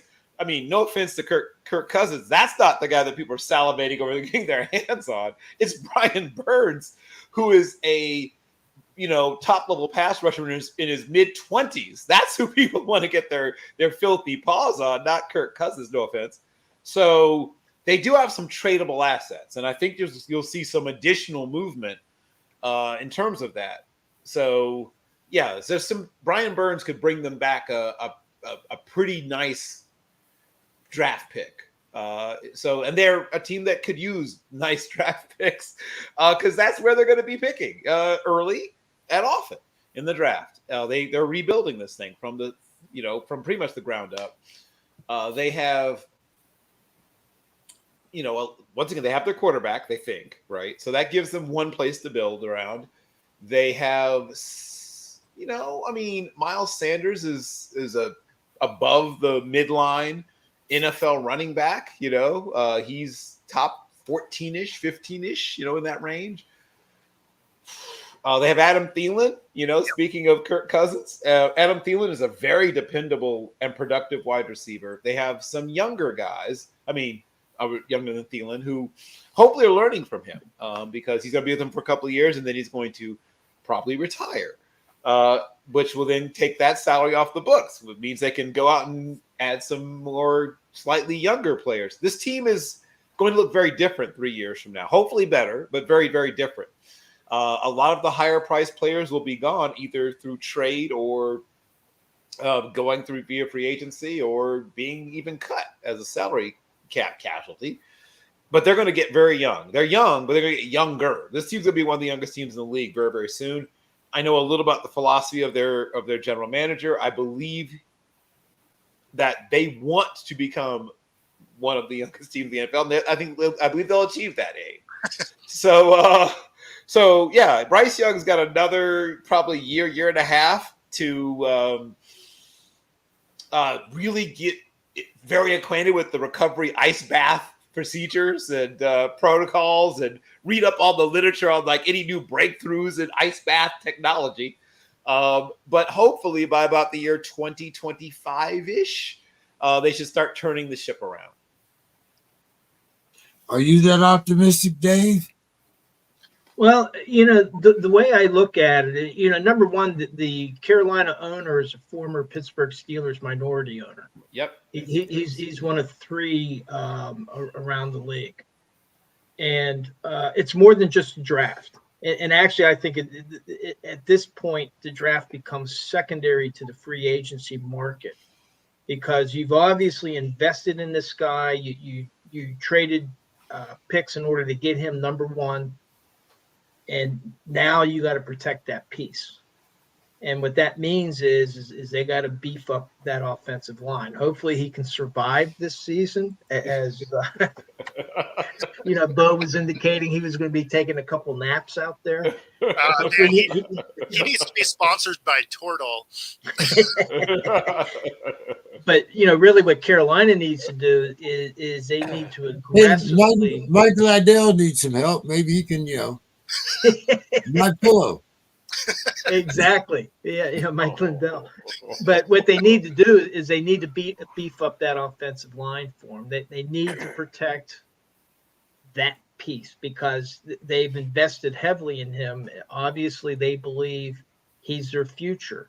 He's in this first year. They basically got 4 more years to do it before, if he proves his actual worth, then all of a sudden he's going to be running into big money, and now they're going to be getting into another salary cap situation. So it may be like what Bill is describing, where they have to let go of some people in order to get even more money. But where I would focus that is on the trenches. You got to get that offensive line built up to protect them, and you need to have a good defensive front seven to keep them in games. And basically what they have is they got 4 more seasons to prove that they're making the right move. We'll see. A lot of picks there to give up for a guy, but we'll see. Like you say, he does have to turn it around. Dave, the Bungles quarterback, Joe Burrows, connects with his wide receiver. I'm always open, Jamar Chase, for 3 TDs in a 34-20 victory over the Cardinals. But I don't know, Dave, should I be more optimistic that the combination of Chase and Burrows has finally made a connection, at least for one game? Or should I be more concerned that the Cards only had 57 snaps for a whole game? Yeah, and James Conner I think he's been put on injured reserve, and James Conner was a very key piece of that offense. He was a running back that actually mattered to that particular offense, and they lost him.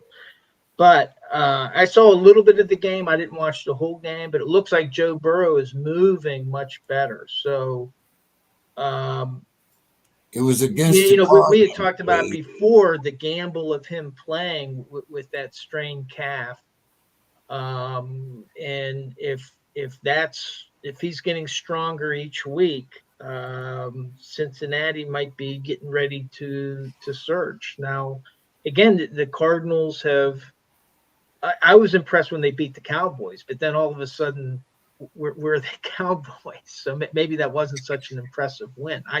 I thought Arizona was actually stronger than they were, even with Josh Dobbs, who I really, really like. I want to see him coaching in the NFL someday. But I think that they're committed to him for this season. They're just going to play this season out to see where they end up in the draft.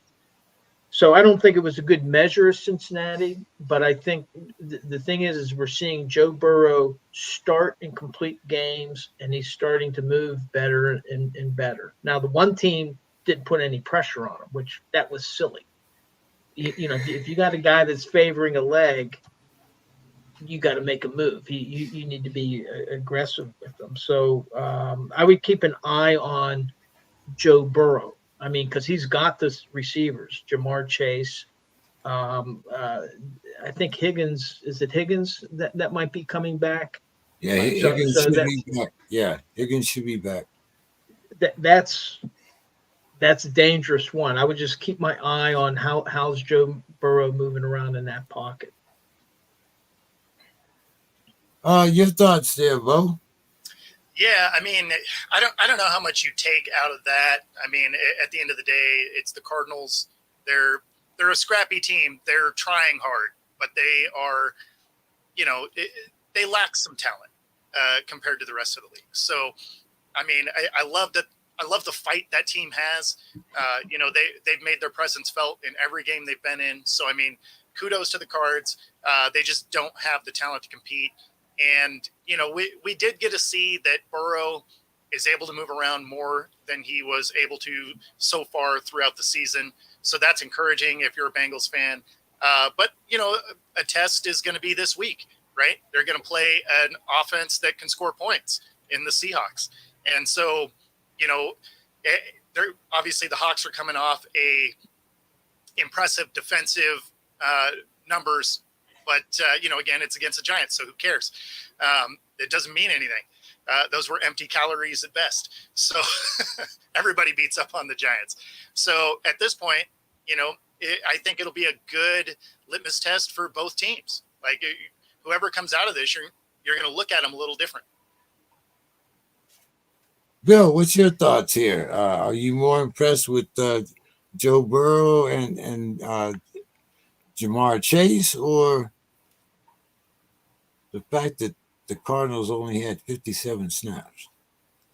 Well, the Cardinals' best receiving threats are in no particular order. Zach Ertz, who's a Julie Ertz's husband, and Marquise, aka Hollywood, though more like Hollywood, Florida than Hollywood, California at this point in his career, Brown.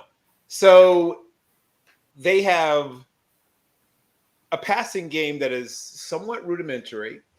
They have, until recently, had James Conner. Now it's going to be Emery Ricardo, the rookie from TCU, who's not without talent, but he's not a guy that you would choose to start as your primary running back. Their offensive line is, I'll say this, better than I expected them to be. I will say that much. And it was just noted. I mean, let me just say this much. I've watched every game they played both this year and last year. And I was not a Cliff Kingsbury guy, partially because I'm not a middle-aged woman. So I never quite understood why this guy kept falling upwards throughout his coaching career. Every time I turned around, he was getting yet another better opportunity after being below 500 at Texas Tech. Like, once again, when people say, can you prove to me that, white skin privilege exists? It's like, well, but I can see the palpable difference in the team's level of effort. There's less talent on this team this year than last year, but they play so much harder than last year's team did. So once they start laying in a groundwork of talent, when they have, and once again, I don't know if Josh Dobbs becomes a football coach, that'll be a waste, quite frankly. That guy should be the first man to throw a touchdown pass on the moon. But when a person has a theoretical aeronautical engineering background, maybe coaching, but I mean, who knows? Who knows what the future holds? But when that team has the pieces in place, if they continue to pay that level of effort, they're going to be trouble. They're going to be trouble for a while if they do the right things in terms of players.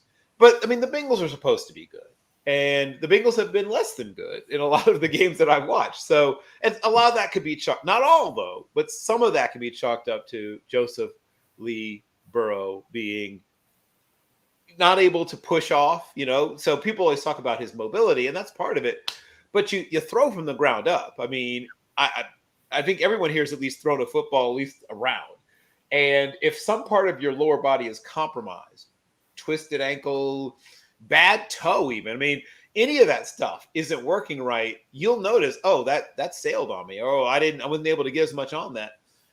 And we're messing around in the backyard. We're not like Stephon Gilmore and guys like that aren't watching the ball leave our hands and breaking on it.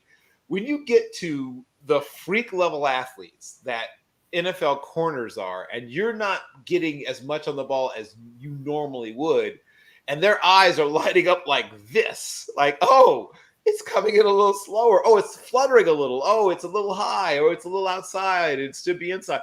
Like that's right. I mean, they just and you add to that the pass rush can get to him more easily. Then yes, but their defense hasn't looked as good as I expected. Also, I mean, Joseph Lee Burrow isn't playing defense for him, so their defense is also, I guess, still rounding into shape. Because I thought that was going to be a better defense. They were better last year. They lost some key players, right? They lost both Von Bell and Jesse Bates. Yes, I was about to say that it's not just the talent part, it's the communication part. I mean, I played safety, and let me tell you, I was not a great athlete. I mean, not to be trying to play safety, certainly. I had to play with this, right? It was all this. I mean, my ability to, and even then I wasn't that good. But if you take away guys that recognize things like that, right? And they have Daxton Hill is a freakish athlete. He's a better athlete than any of the safeties they've had probably in the history of their franchise. Probably the last time they had a safety this level of just pure natural athletic ability was probably Tommy Casanova. But for those who are old enough to remember, who is a dentist or became a dentist and then was in state politics in Louisiana also. But the fact is that if they round into shape on both sides of the ball, they can still make a run. The AFC North is a clump of teams that are very similar to each other. They all have some sort of weakness, some sort of problem. They're going to beat up on each other. 10 wins probably takes it in the AFC North because of that. It's going to be an ugly back alley knife fight in that division. So they're not out of it by any stretch of the imagination. But this was I wouldn't go so far as even to call it a get-right game because it wasn't quite that easy. But you could see them starting. It's like watching a fighter who's getting in shape by fighting, right? It's like, oh, I could go to camp for 7 months. No, I'm going to fight some tomato cans and build up my wind. That's what that kind of looked like to me. Okay. Fair enough. Bill, the Eagles stay unbeaten after a close call against the Rams. Statistically, the Rams quarterback Stafford, he outdueled quarterback Hurts, but the Eagles still pulled out a 23-14 win. I was looking at the stats for Jalen Hurts. He completed 25 out of 38 for 303 yards, 1 TD, and 1 interception for a QBR rating of 87.9. Matt Stafford completed 21 of 37 for 222 yards and 2 touchdowns, and a QBR of 92.4. So neither one of them necessarily, broke the record books or anything like that. But Bill, what was your take on the game itself? The Eagles don't care about any of the stuff you just said. They would like to just simply keep winning games. And guess what? James, they're going to win a lot of football games. They're going to win a whole lot. And some of them will be ugly. Some will be uglier even in that game. I promise you. They're going to win some games on, doinked kicks that barely go in. They're going to win some games on strip sack interceptions that get returned for touchdowns. They're going to win some games on punt return touchdowns. Teams that, I know I keep saying this, but it keeps proving itself to be true. There are teams that once they get their sense of how to win football games, will win games they have no business winning. And teams that should win games will find ways to lose them because they are a team that is predisposed or feeling like they're going to lose, right? That little doubt in the back of their minds, always like, oh, it's going too well, any minute now. They are a team that expects to win every game they play, and they will find ways to win. Not every game, probably, but a bunch. I won't be shocked if they win 13 games. I won't be shocked at all. They are a team that finds ways to win games. Dave. Yeah, I think I agree with what Bill was saying. A lot of teams are depending more and more on their analytics teams. Teams are starting to invest in people to come up with the analytics to help them determine how best to make their decisions. I'll go back to the Steelers. The Steelers is not one of them. They have I think they got like 2 guys that aren't too far out of college, I think. Right. But what the Steelers do, to Bill's point, during training camp, and I went to about, 4 or 5 this year. I go almost every year that I can. But what they emphasize during training camp is situational football. Yep. And so they have their 7 shots every practice. Yep. They have like a 2-minute section. Now, maybe every other team does that, but I just know that the Steelers kind of focus on it.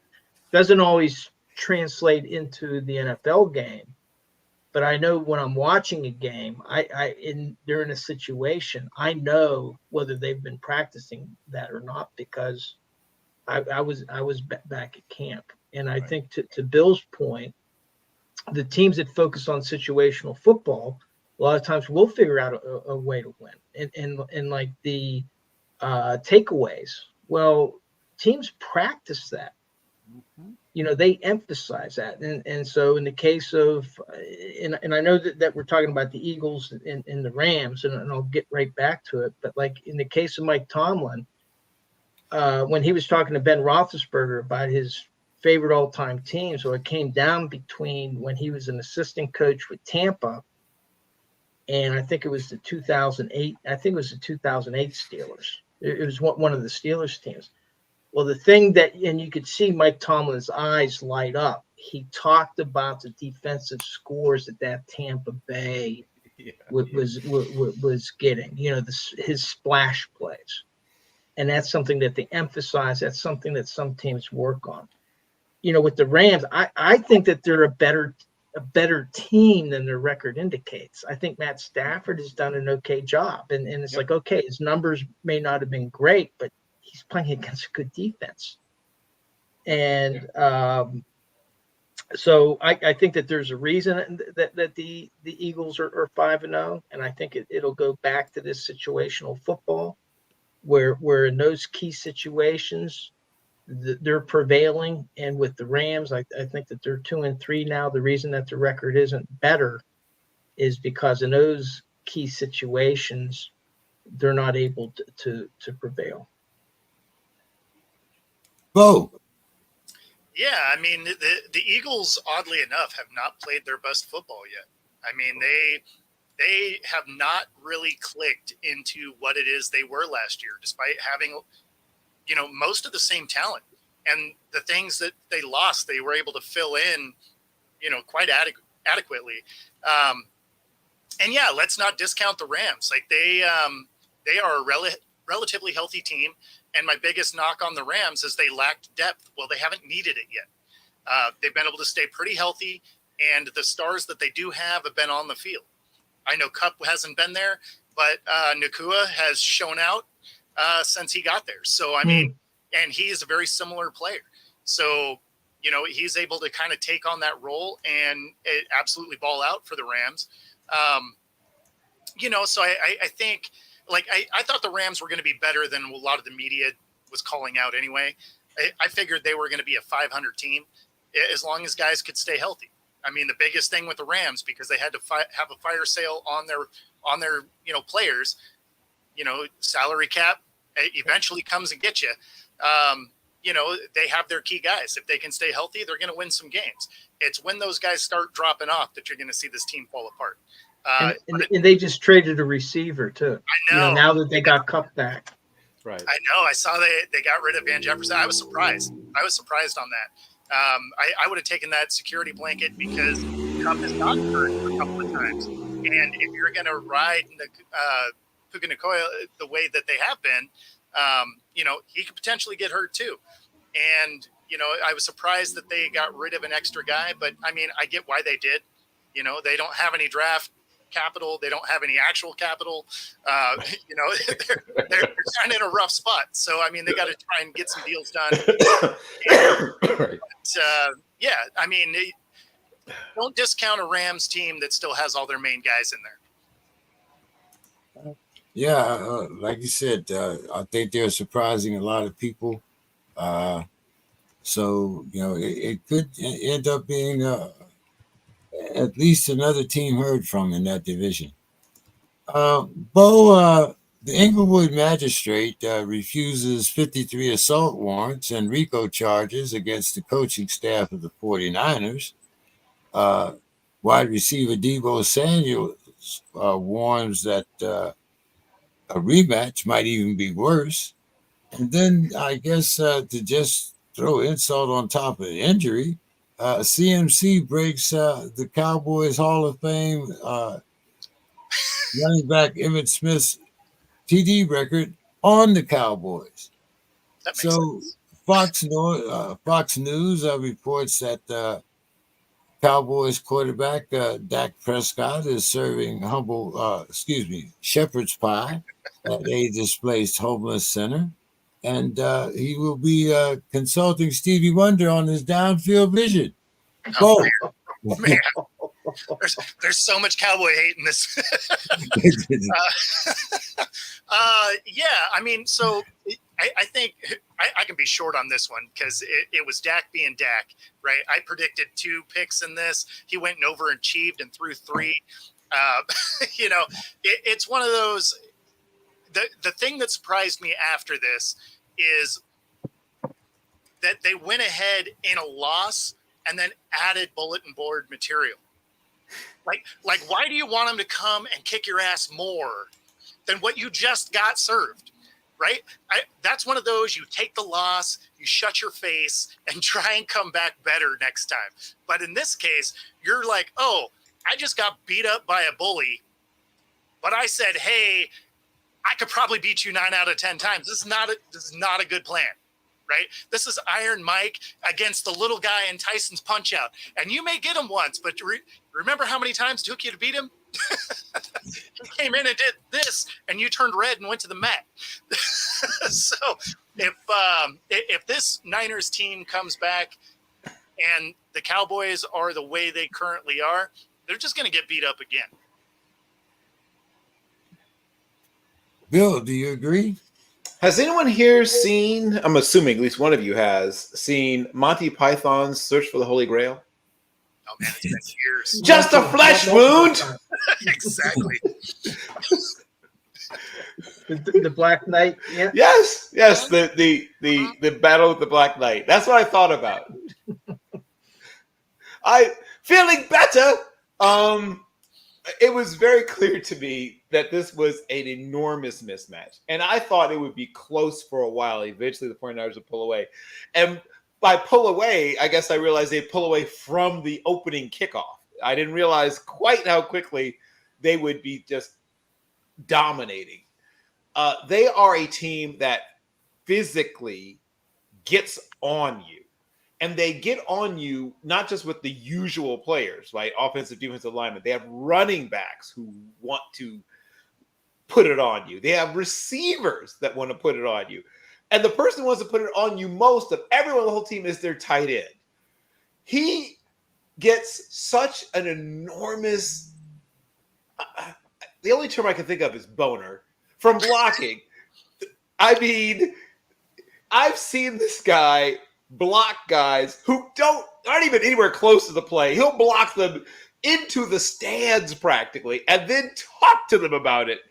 It's the happiest he's ever been. It's probably like marriage, whatever, that's cool, children, whatever. But blocking some corner who's not even involved in the play into the cheerleaders, yes, that's what life's really about. They are such a different football team from every other football team in the way that they want to do things.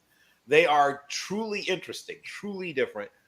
In this game, I mean, they throw the football well, but they throw the football in a way that's built around, once again, we talked about the old Joe Montana line about I don't throw darts at balloons, or balloons at darts.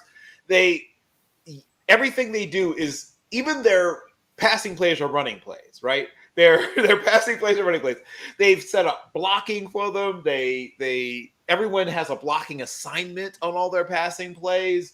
And everyone takes pride in their blocking on their passing plays. Their passing plays are usually within about 12 yards line scrimmage. They take the occasional deep shot, don't get me wrong, but they mostly want to pound, pound, pound, pound, pound, slant, deep, quick out, pound, pound, pound, pound, slant, quick out, pound, pound, pound, pound. Oh, an in cut for flavor, pound, pound, pound, pound, pound. And then a dig, pound, pound, pound, pound, pound, pound, pound. And then finally, like, a corner route for 17 yards. And it's just exhausting. It's exhausting. And nobody wants to play this team. It's awful. It's a terrible experience. Even if you somehow escape with a win, you're like urinating blood afterwards. They're just not like other teams. They really aren't. And it's rather refreshing, because we see how most teams are following sort of a Bengals, Chiefs, and now we have the Miami Dolphins kind of, and the Dolphins are essentially a less poundy version of this, right? It's the same concept, but stretched and sped up. So the Dolphins stretch everything out that the 49ers do and speed it up. But look at their tight end, like Mike Gesicki. Like Mike Gesicki is like the other end of the tight end evolutionary tree. Like you see down here, the knuckle dragger is George Kittle. And then you see the Palomino pony that is Mike Gesicki. They're sort of this very, I won't say finesse, I don't want to say finesse, but yeah, spacier, funnier, faster version of what they do. But nobody does what the 49ers do quite the way the 49ers do it, right? And yeah, it sucks to play against. Nobody wants to see that team coming. Nobody. When they finally see the Eagles, it's going to be glorious and so violent. Thank you. Dave. Yeah, the way I would sum up what Bill just described is total football.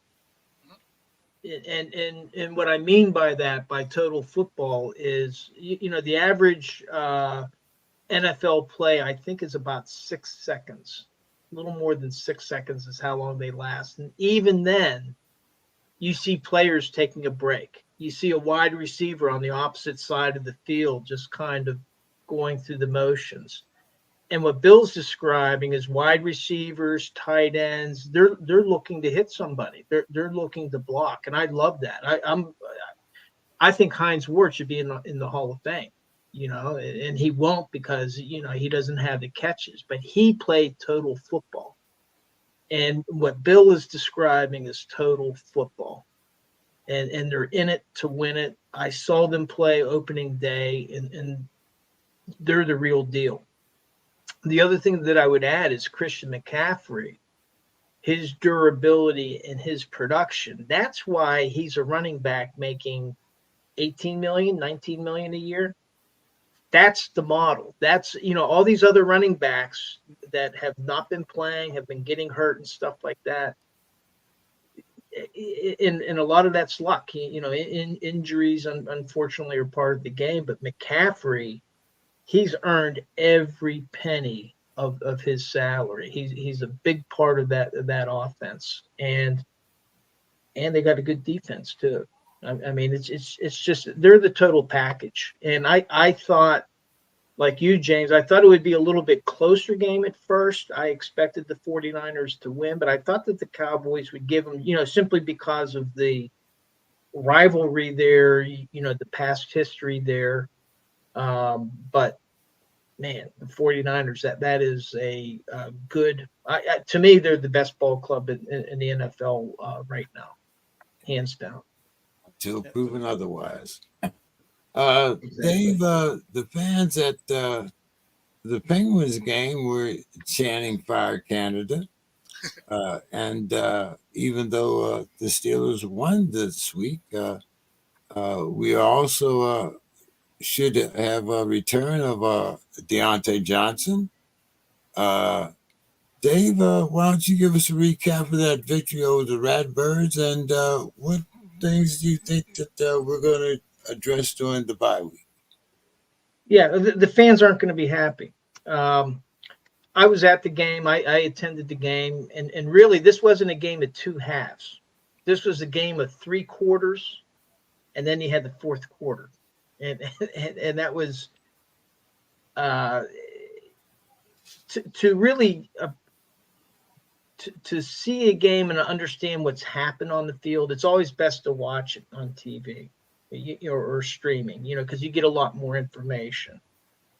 But you cannot match the excitement and the environment when there's a good game, and that stadium was just rocking. So, in addition to the Penguins game, there were three separate times during the game where Chants of Fire Canada came out, and a lot of people kind of gravitated toward that. I can honestly say I barely even noticed. I heard them, but I barely noticed them, especially when it got into the fourth quarter. The sounds outside of the game that caught my attention and had me jumping up and down and excited with everybody else was right at the beginning of the fourth quarter, just before the Ravens' first possession of the fourth quarter. They played Renegade by Styx, and that's kind of like the rally song in Pittsburgh, and it was rocking. 3 plays later, they blocked the punt.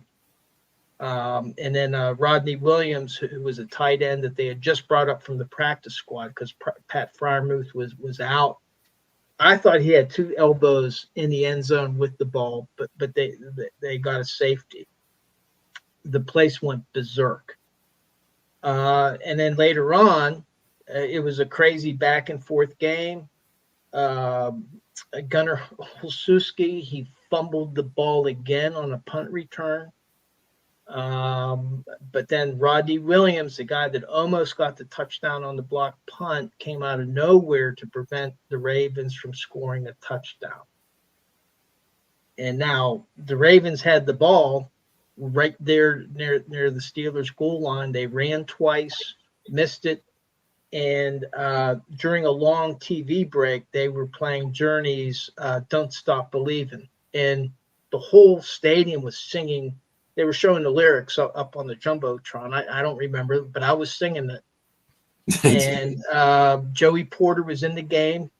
Patrick Peterson had been put on the bench. I don't think he was injured. And Odell Beckham was in the corner. Lamar Jackson threw it. It was a bad pass. I think Lamar Jackson threw some really good passes during the game, but Baltimore, who had come into the game with 0 drops, dropped something like 7 passes. And a lot of times they were uncontested, would have been uncontested receptions. But then Joey Porter had good tight coverage on Odell Beckham, he's a shadow of what he was. But then he was able to turn as the ball was coming and get the interception. So, and then TJ Watt, who now is injured, he apparently dislocated a thumb and had some ligament damage. Apparently it was done in the first quarter. Highsmith had a strip sack. TJ Watt recovered that. And then on a final desperation 4th down play, TJ Watt sacked Lamar Jackson. And my seats are in the end zone. The defense came over into the end zone, into the stands, and we were all celebrating together. They kind of fell into the seats, and that was you just can't recreate that in a bar or in front of a TV. The atmosphere was just absolutely electric. Now, all that said, the Steelers defense, now they did put together a good drive, and they had a nice touchdown pass to Pickens. Maybe there was a little push off. He had some sudden separation there at the very end, but it was close, and he got the touchdown. But the offense is listless. And Alex Kozora, I'm a contributor to Steelers Depot, and he pointed out that in Matt Canada's offense, there's supposed to be a lot of movement. Okay. And then what Alex Kazora was explaining is the reason that you put these people into motion is to kind of reveal what the defense is, what defense has been called. You know, you're trying to get them to move so that you can see, are they in zone? Or are they in man-to-man? What are they doing? And what he's noted is that whenever the Steelers go into motion, the other defenses aren't moving. And so, in other words, it's as if they know what's coming. And it may be that this defense is just too simple. Now, the fans are very angry, even with the win. They're happy that they won, but they want Canada gone. And it's a little bit much, I think, because number one, this is the final year of his contract. The Rooneys gave Canada a 3-year contract, 3 years to prove your deal. They're going to get in the Rooneys are pretty well known for honoring their contracts. And so they're going to give him 3 years. And probably if this offense doesn't have some dramatic improvement, he's going to be gone at the end of the season. So if they just wait a few months, but I think that they've gotten caught up in this hysteria of, it's like a mob mentality of, hey, we need to get this guy axed. And I don't see the Steelers doing it. So during the bye week, they've already given the players their break. They need to rest up and rejuvenate. An important piece coming back, as he said, is Deontay Johnson. And that's just going to help George Pickens because his elusiveness and his ability to run routes all of a sudden is going to draw more attention to Deontay Johnson, which should free up George Pickens even more. But the coaches, they can't afford to take a break. What they need to do is they need to figure out how can we replicate what we did in that fourth quarter, not the miscues. Gunner, I think, is they got to sort something out there. But how do we recreate the offensive drives that we had, the big defensive plays that we had, the special teams play, and more importantly, how do we eliminate or at least minimize the problems that we've had with the offense and the defense, frankly, on their especially defending the run game and the coverage. They've done this soft coverage where receivers are they're college open. A good quarterback is going to dice the defense up, and they're kind of relying on the individual talents rather than a cohesive defense working together. And that's the coaches need to figure out how they're going to address that because they have the Rams up whenever they come out of the bye week. Yeah. Okay. Guys, let's get into our predictions for week number 5. Of course, let's see. The bye week is the Steelers and the Packers. So let's start with our game tomorrow night. The Broncos getting 10.5 from the Chiefs. The over-under is 48. Dave? Wow. I did terrible. I was 8-6 on the picks and 4-10 on the over and unders. So take that with a grain of salt last week. I get 10.5 is a lot of points, and I know the Broncos have issues, but against my better judgment, I'm going to take the Broncos to lose but cover, and I'll take the over. Okay, and Sunday, 6:30 a.m., we kind of touched on it. The Ratbirds minus 4.5. Dave against the Titans, over-unders 40.5. I think I'm taking the Ravens because I think that they're going to be better rested, as Bo was talking about. But even I'm going to take the under. Those are two physical teams, and they'll just have traveled, so I'm taking the under. Okay. Bill, Broncos Chiefs. Broncos getting 10.5, over under 48. I should probably be a little bit scared because I'm agreeing with Dave on both the that while the Chiefs will win, I don't think they'll cover 10.5. 10 and a hook is a lot. And yeah, I agree that it'll be over. And then, frighteningly enough, I agree on under and on the Ravens covering versus the somewhat offensively challenged Tennessee Titans. Bo.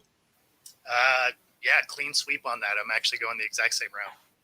Okay. Bo, let's see. 49ers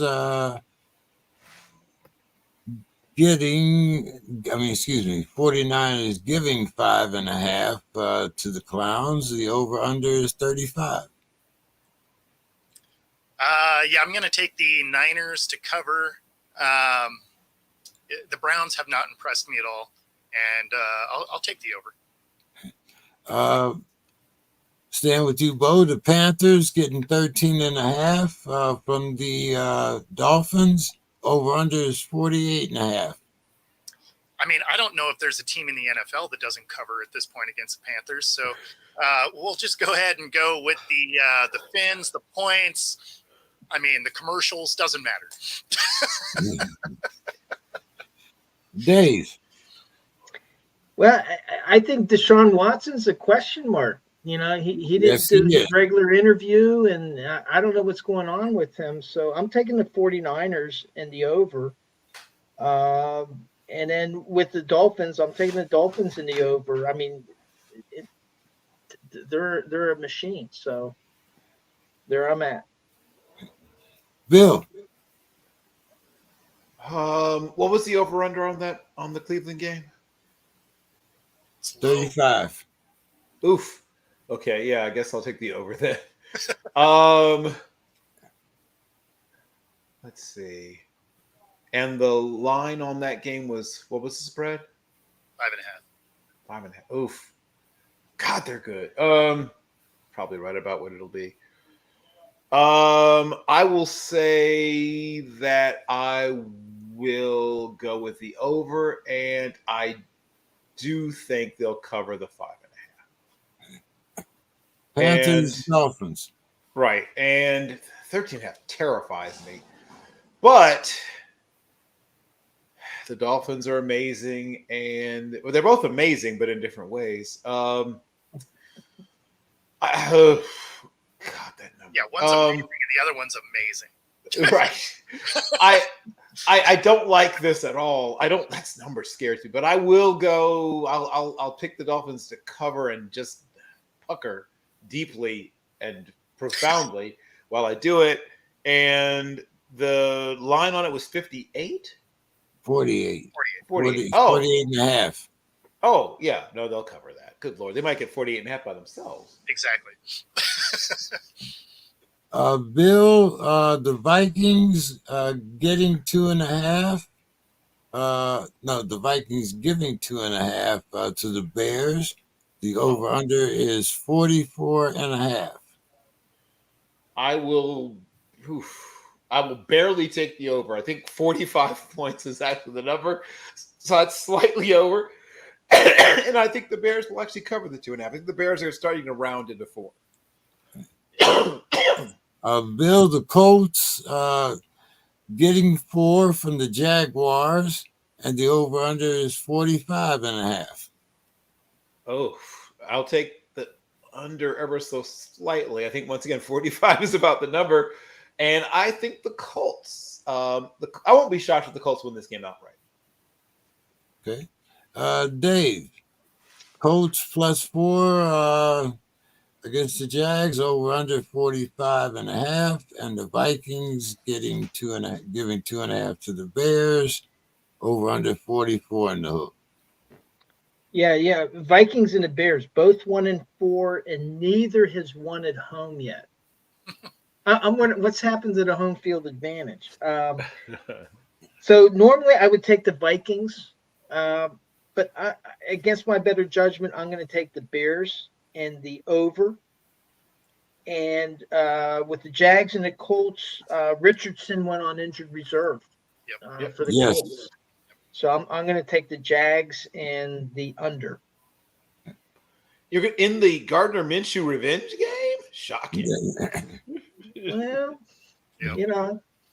Bo. Yeah, so I'm going to take the Bears. The Vikings with no Justin Jefferson in this, I think, is going to be a problem. So I'm going to take the Bears to rattle off 2 wins in a row, which seems weird. And then I'll take the over, barely. And then Jags Colts with no Richardson. I think the Jags can get it done. Although, somehow that team, is actually playing better with Minshew. So, there is that. Minshew's been coming out and balling out. But I don't think they have enough firepower to hang with the Jags, at least not yet. But I'll go under on that also. Maybe Minshew found some Fitz magic. He really is this era's Fitzmagic. He goes out and he's exciting to watch. He's fun to watch. He's going to win you some games. He's going to lose you some games. He's super inconsistent, but enjoyable to watch either way. Yep. This feels like exactly on the game where he'll go off, though. But we'll see if I'm right. No, 100% he could. He could have one of those games like Fitzmagic did where he'll put up 45 points on his own, and you're just like, where was this the entire rest of your career? Bo, the Seahawks getting 3 from the Bungles. Yep. The over-under is 45 in the hook. Yeah, so I'm going to go with the Hawks on the road here. I still don't think Burrow is 100%, and they do have a better defense than the Cardinals, and they can definitely score points.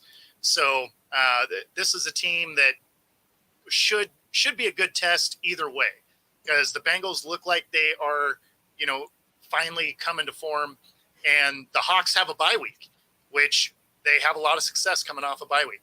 So I'll take that, and I'll take the points. I don't think 45 is high enough for either one of these teams. 45 and a half. Don't forget Even the still. The Saints minus 1.5 versus the Texans. The over-under is 42 and a half, Bo. Yes, I'm going to go with the Saints on the road here. The Texans are wildly inconsistent, and I do think that although the Saints beat up on a lesser opponent, it is a little bit of a get-right game for them, where they kind of worked on some cohesiveness between their guys on the field. So I think they can turn this into, 2 wins in a row here.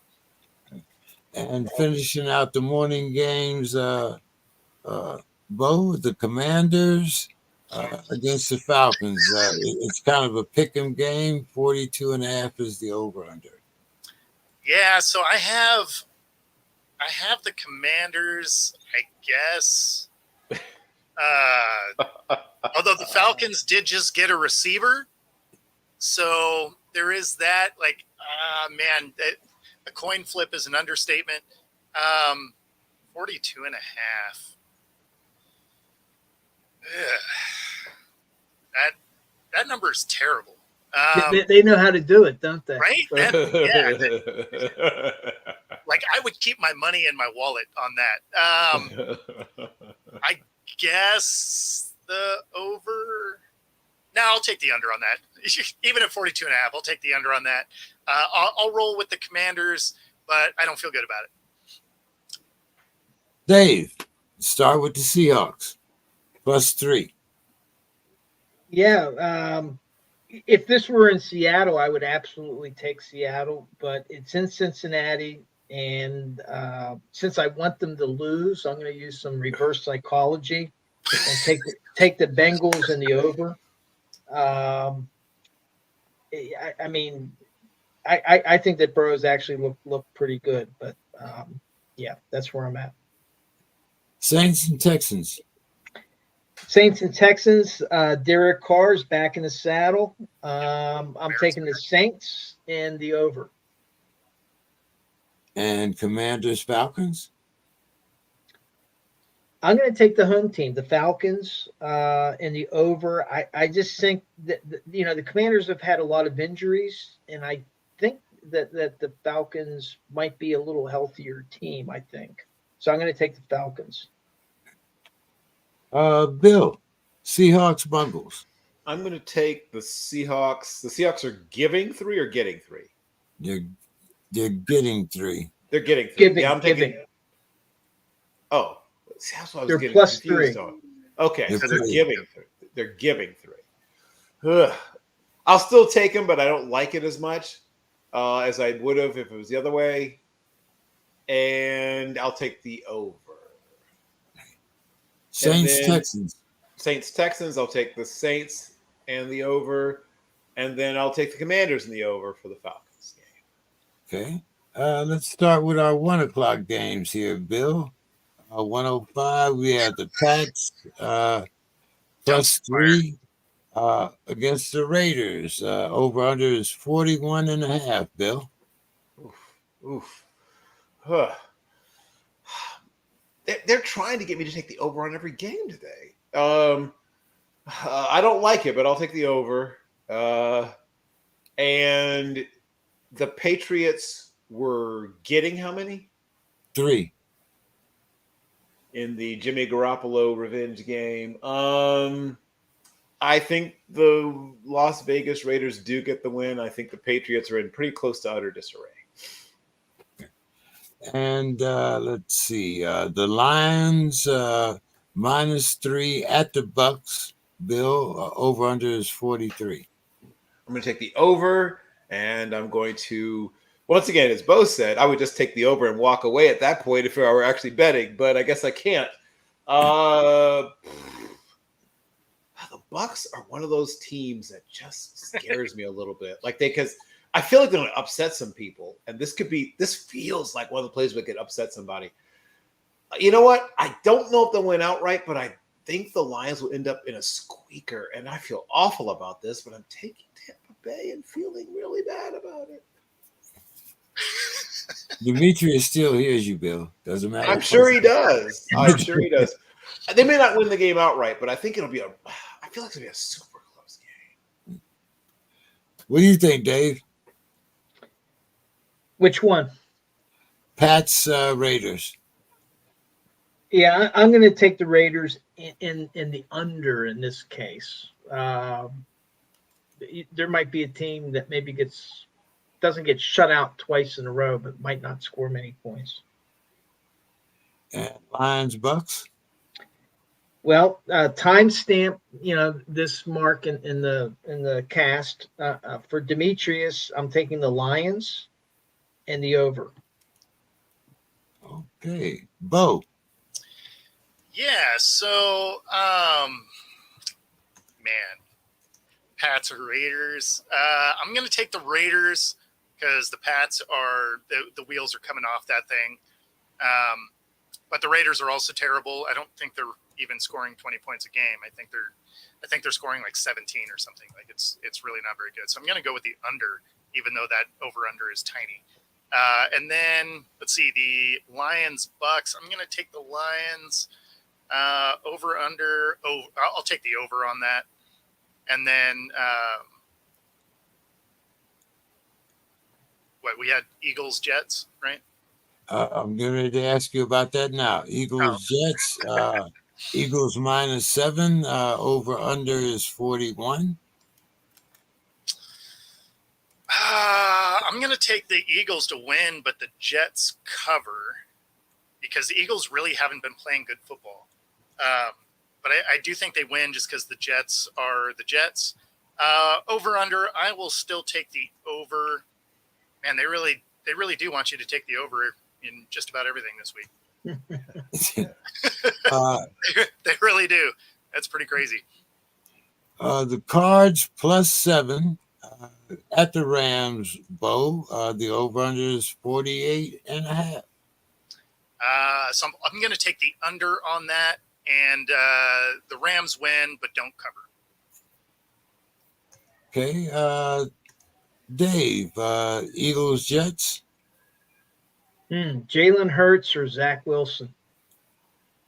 This must be because this is a Jets defense. I think that they're because otherwise I don't think it would be as close. I'm going to take the Eagles and the under. And the what was the other one? Cardinals, Rams. Cardinals, Rams. The Cards are getting 7. and the over-under is 48 and a hook. Yeah, I believe James Conner was a big injury for them in that case. I think it was a key component. So I'm going to take the Rams in the under. Okay. Bill, Eagles, Jets. Eagles. What was the spread again? Just to be sure. 41. Okay. -7. -7. Oh, Yeah, no, I'll still. -7, over-under is Okay. 40. Yeah. Okay. Right. I'll still take the Eagles, and I'll still go over because they want us to take the over on every game. Apparently. Okay. But and then you said also the Cardinals, Rams. Cardinals and Rams. Oof. Cardinals are getting 7. Over-under is 48 and a half. Oh, give me the Cardinals. I don't think there's 7 points difference between those two teams. And it's 41 and a half again? 48 Oh. and a half. Oh. Okay, I'll take the under then. The under, right? What the heck? What the heck? Oh, well, that is one of those. Maybe I'll touch a little bit of grandma's insulin money for that. Yeah. Let's see. The Sunday night football game and the Monday night. Bill, Sunday night, the Giants getting 14 at the Bills, and the over-under is 45 and the hook.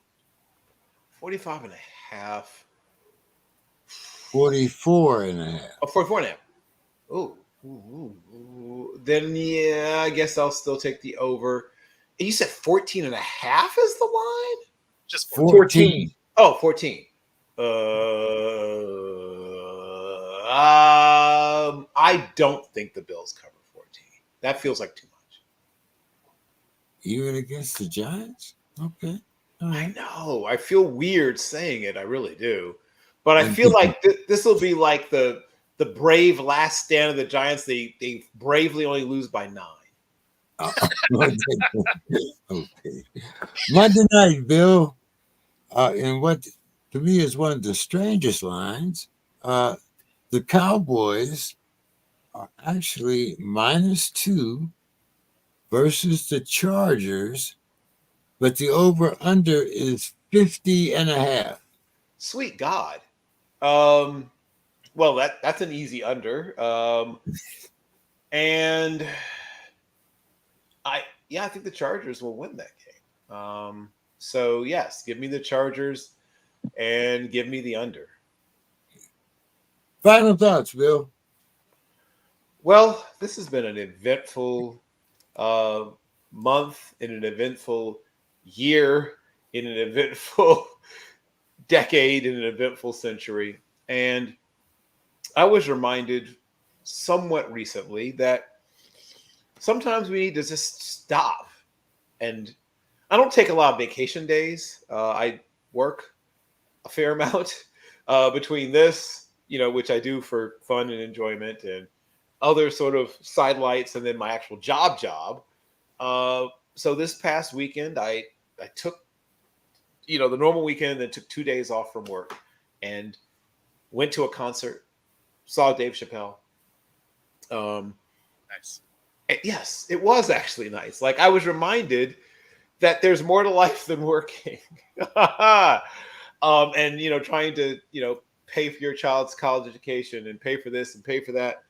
And that's important because, providing is one of the things that I think is one of the reasons I was put on this earth, to take care of people, to try to guide and try to provide. But like a little tiny bit of selfishness kind of balances things out.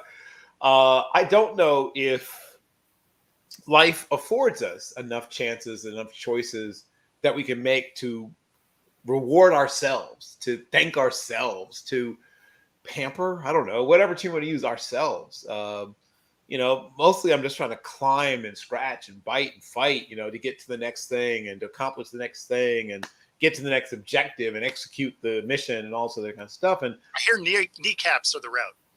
well, right. It felt really good to not have to do a bunch of different things all the time. So unplugging, relaxing, whatever it is, if you get a chance to do it, choose that if you can. I highly recommend it. I should probably do it more often. I should probably listen to my own advice. But if you get a chance, I hope that everyone, because the old saying is like nobody on their deathbed says, boy, I wish I'd spent more time in the office. So I do hope that each and every one of us finds that opportunity to reward ourselves for just being here. And that's my take care of yourself so that you can take care of others. There you go. Thank you. Exactly. Dave, let's get your two predictions here and your final thoughts. Sunday night, the Giants getting 14 from the Bills, over under 44.5.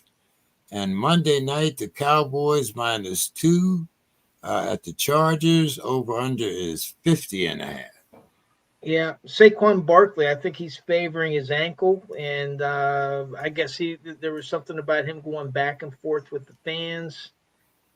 And then you have the quarterback matchup, Josh Allen with Stephon Diggs, Daniel Jones. I'm gonna take the Bills in the under in that game. And then for the Cowboys Chargers, I did see where they're the 7th and 8th ranked offenses respectively. So both of these can score points. The Cowboys have a good defense, but I'm going to take the over on that 50.5. It might be a high scoring game, but I'm going to take the Chargers to prevail because the Cowboys just the way they got thumped by the 49ers. I'm looking for the Chargers, not necessarily to thump them, but to win in a shootout. Okay. And your final thoughts, Dave? Yeah, I attended the Steelers-Ravens game, and in this particular game, there were not many Ravens fans there. They were there, but wasn't like the 49ers game where I've never seen so many visiting fans in Pittsburgh. But what I was very pleased at is during the entire game and even after the game, when you're leaving and there's big mobs of people, you felt fine. There was no like yelling, no like in your face, we beat you or anything like that. Now I'm sure there's 65,000. I'm sure somewhere in the stadium there may have been some altercations, but from everything that I saw, I was very happy with the Pittsburgh fans. I thought that they handled it with class because it was a very, very emotional football game. Now, during the game, I already mentioned before that there was the chance to fire Canada. But then there was when they played Renegade and they played Don't Stop Believing. And I got to say, it was much louder during those points. And for me, I gravitated toward the positivity. Now, for a lot of the Steeler fans that I've talked to since the game, a lot of people are gravitating toward the negativity. And so, really what my final thoughts are is if you ever have the impact or the ability, just try to gravitate toward the positivity because that impacts the other people that are around you. And I firmly believe, and Bo probably knows better than any of us, but the players can feel the fans. They can hear them and they can feel them. And it's like, okay, well, what do you think encouraged the Steelers players more? Hearing the Steelers fans chanting "Fire Canada," or listening to the fans singing, serenading the players with "Don't Stop Believing"? And I gotta believe that the Steelers players got more encouragement from that than anything that they were getting from the Fire Canada chants, because the Steeler fans may say, well, hey, we're just expressing our disappointment at the ownership and the coach. But the people that are being directly impacted during the game are the players that are out on the field. So my final thought is if presented with the option, try to gravitate toward the positivity and avoid the negativity when you can. And that's something I always have to struggle with myself. So that's my final thought for tonight. Great thoughts there, Dave. Great thoughts. Bo, Why don't you take us home here? Sunday night, Bills, Giants. Giants getting 14, 44 in the hook. I mean, the Bills are coming to the party. Everybody's beating the brakes off the Giants. I don't see this being any different. So, I think it'll be the over because that Bills defense will probably score once as well. So I'll take the Bills, the points, and the over. And then on Monday night, I'm going to take the Cowboys to bounce back. I will take the over just because the Chargers have been averaging almost 400 yards a game and like 27 points or something. So, I mean, a lot of points are going to get scored in this game. But I think the Cowboys can make a comeback or a bounce back after getting humiliated last week. Only you and Skip Bayless. But anyway. This is one of the very few times I pick the Cowboys because they are tough to pick because they're that team that no matter if you pick for them or against them, you're wrong.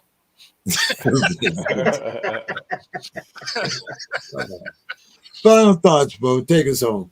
Yeah, so for me, it's, shout out to my buddy Dan Harris. He's the one who started the Let's Talk Sports group, lost his battle with cancer this last weekend. Oh, wow.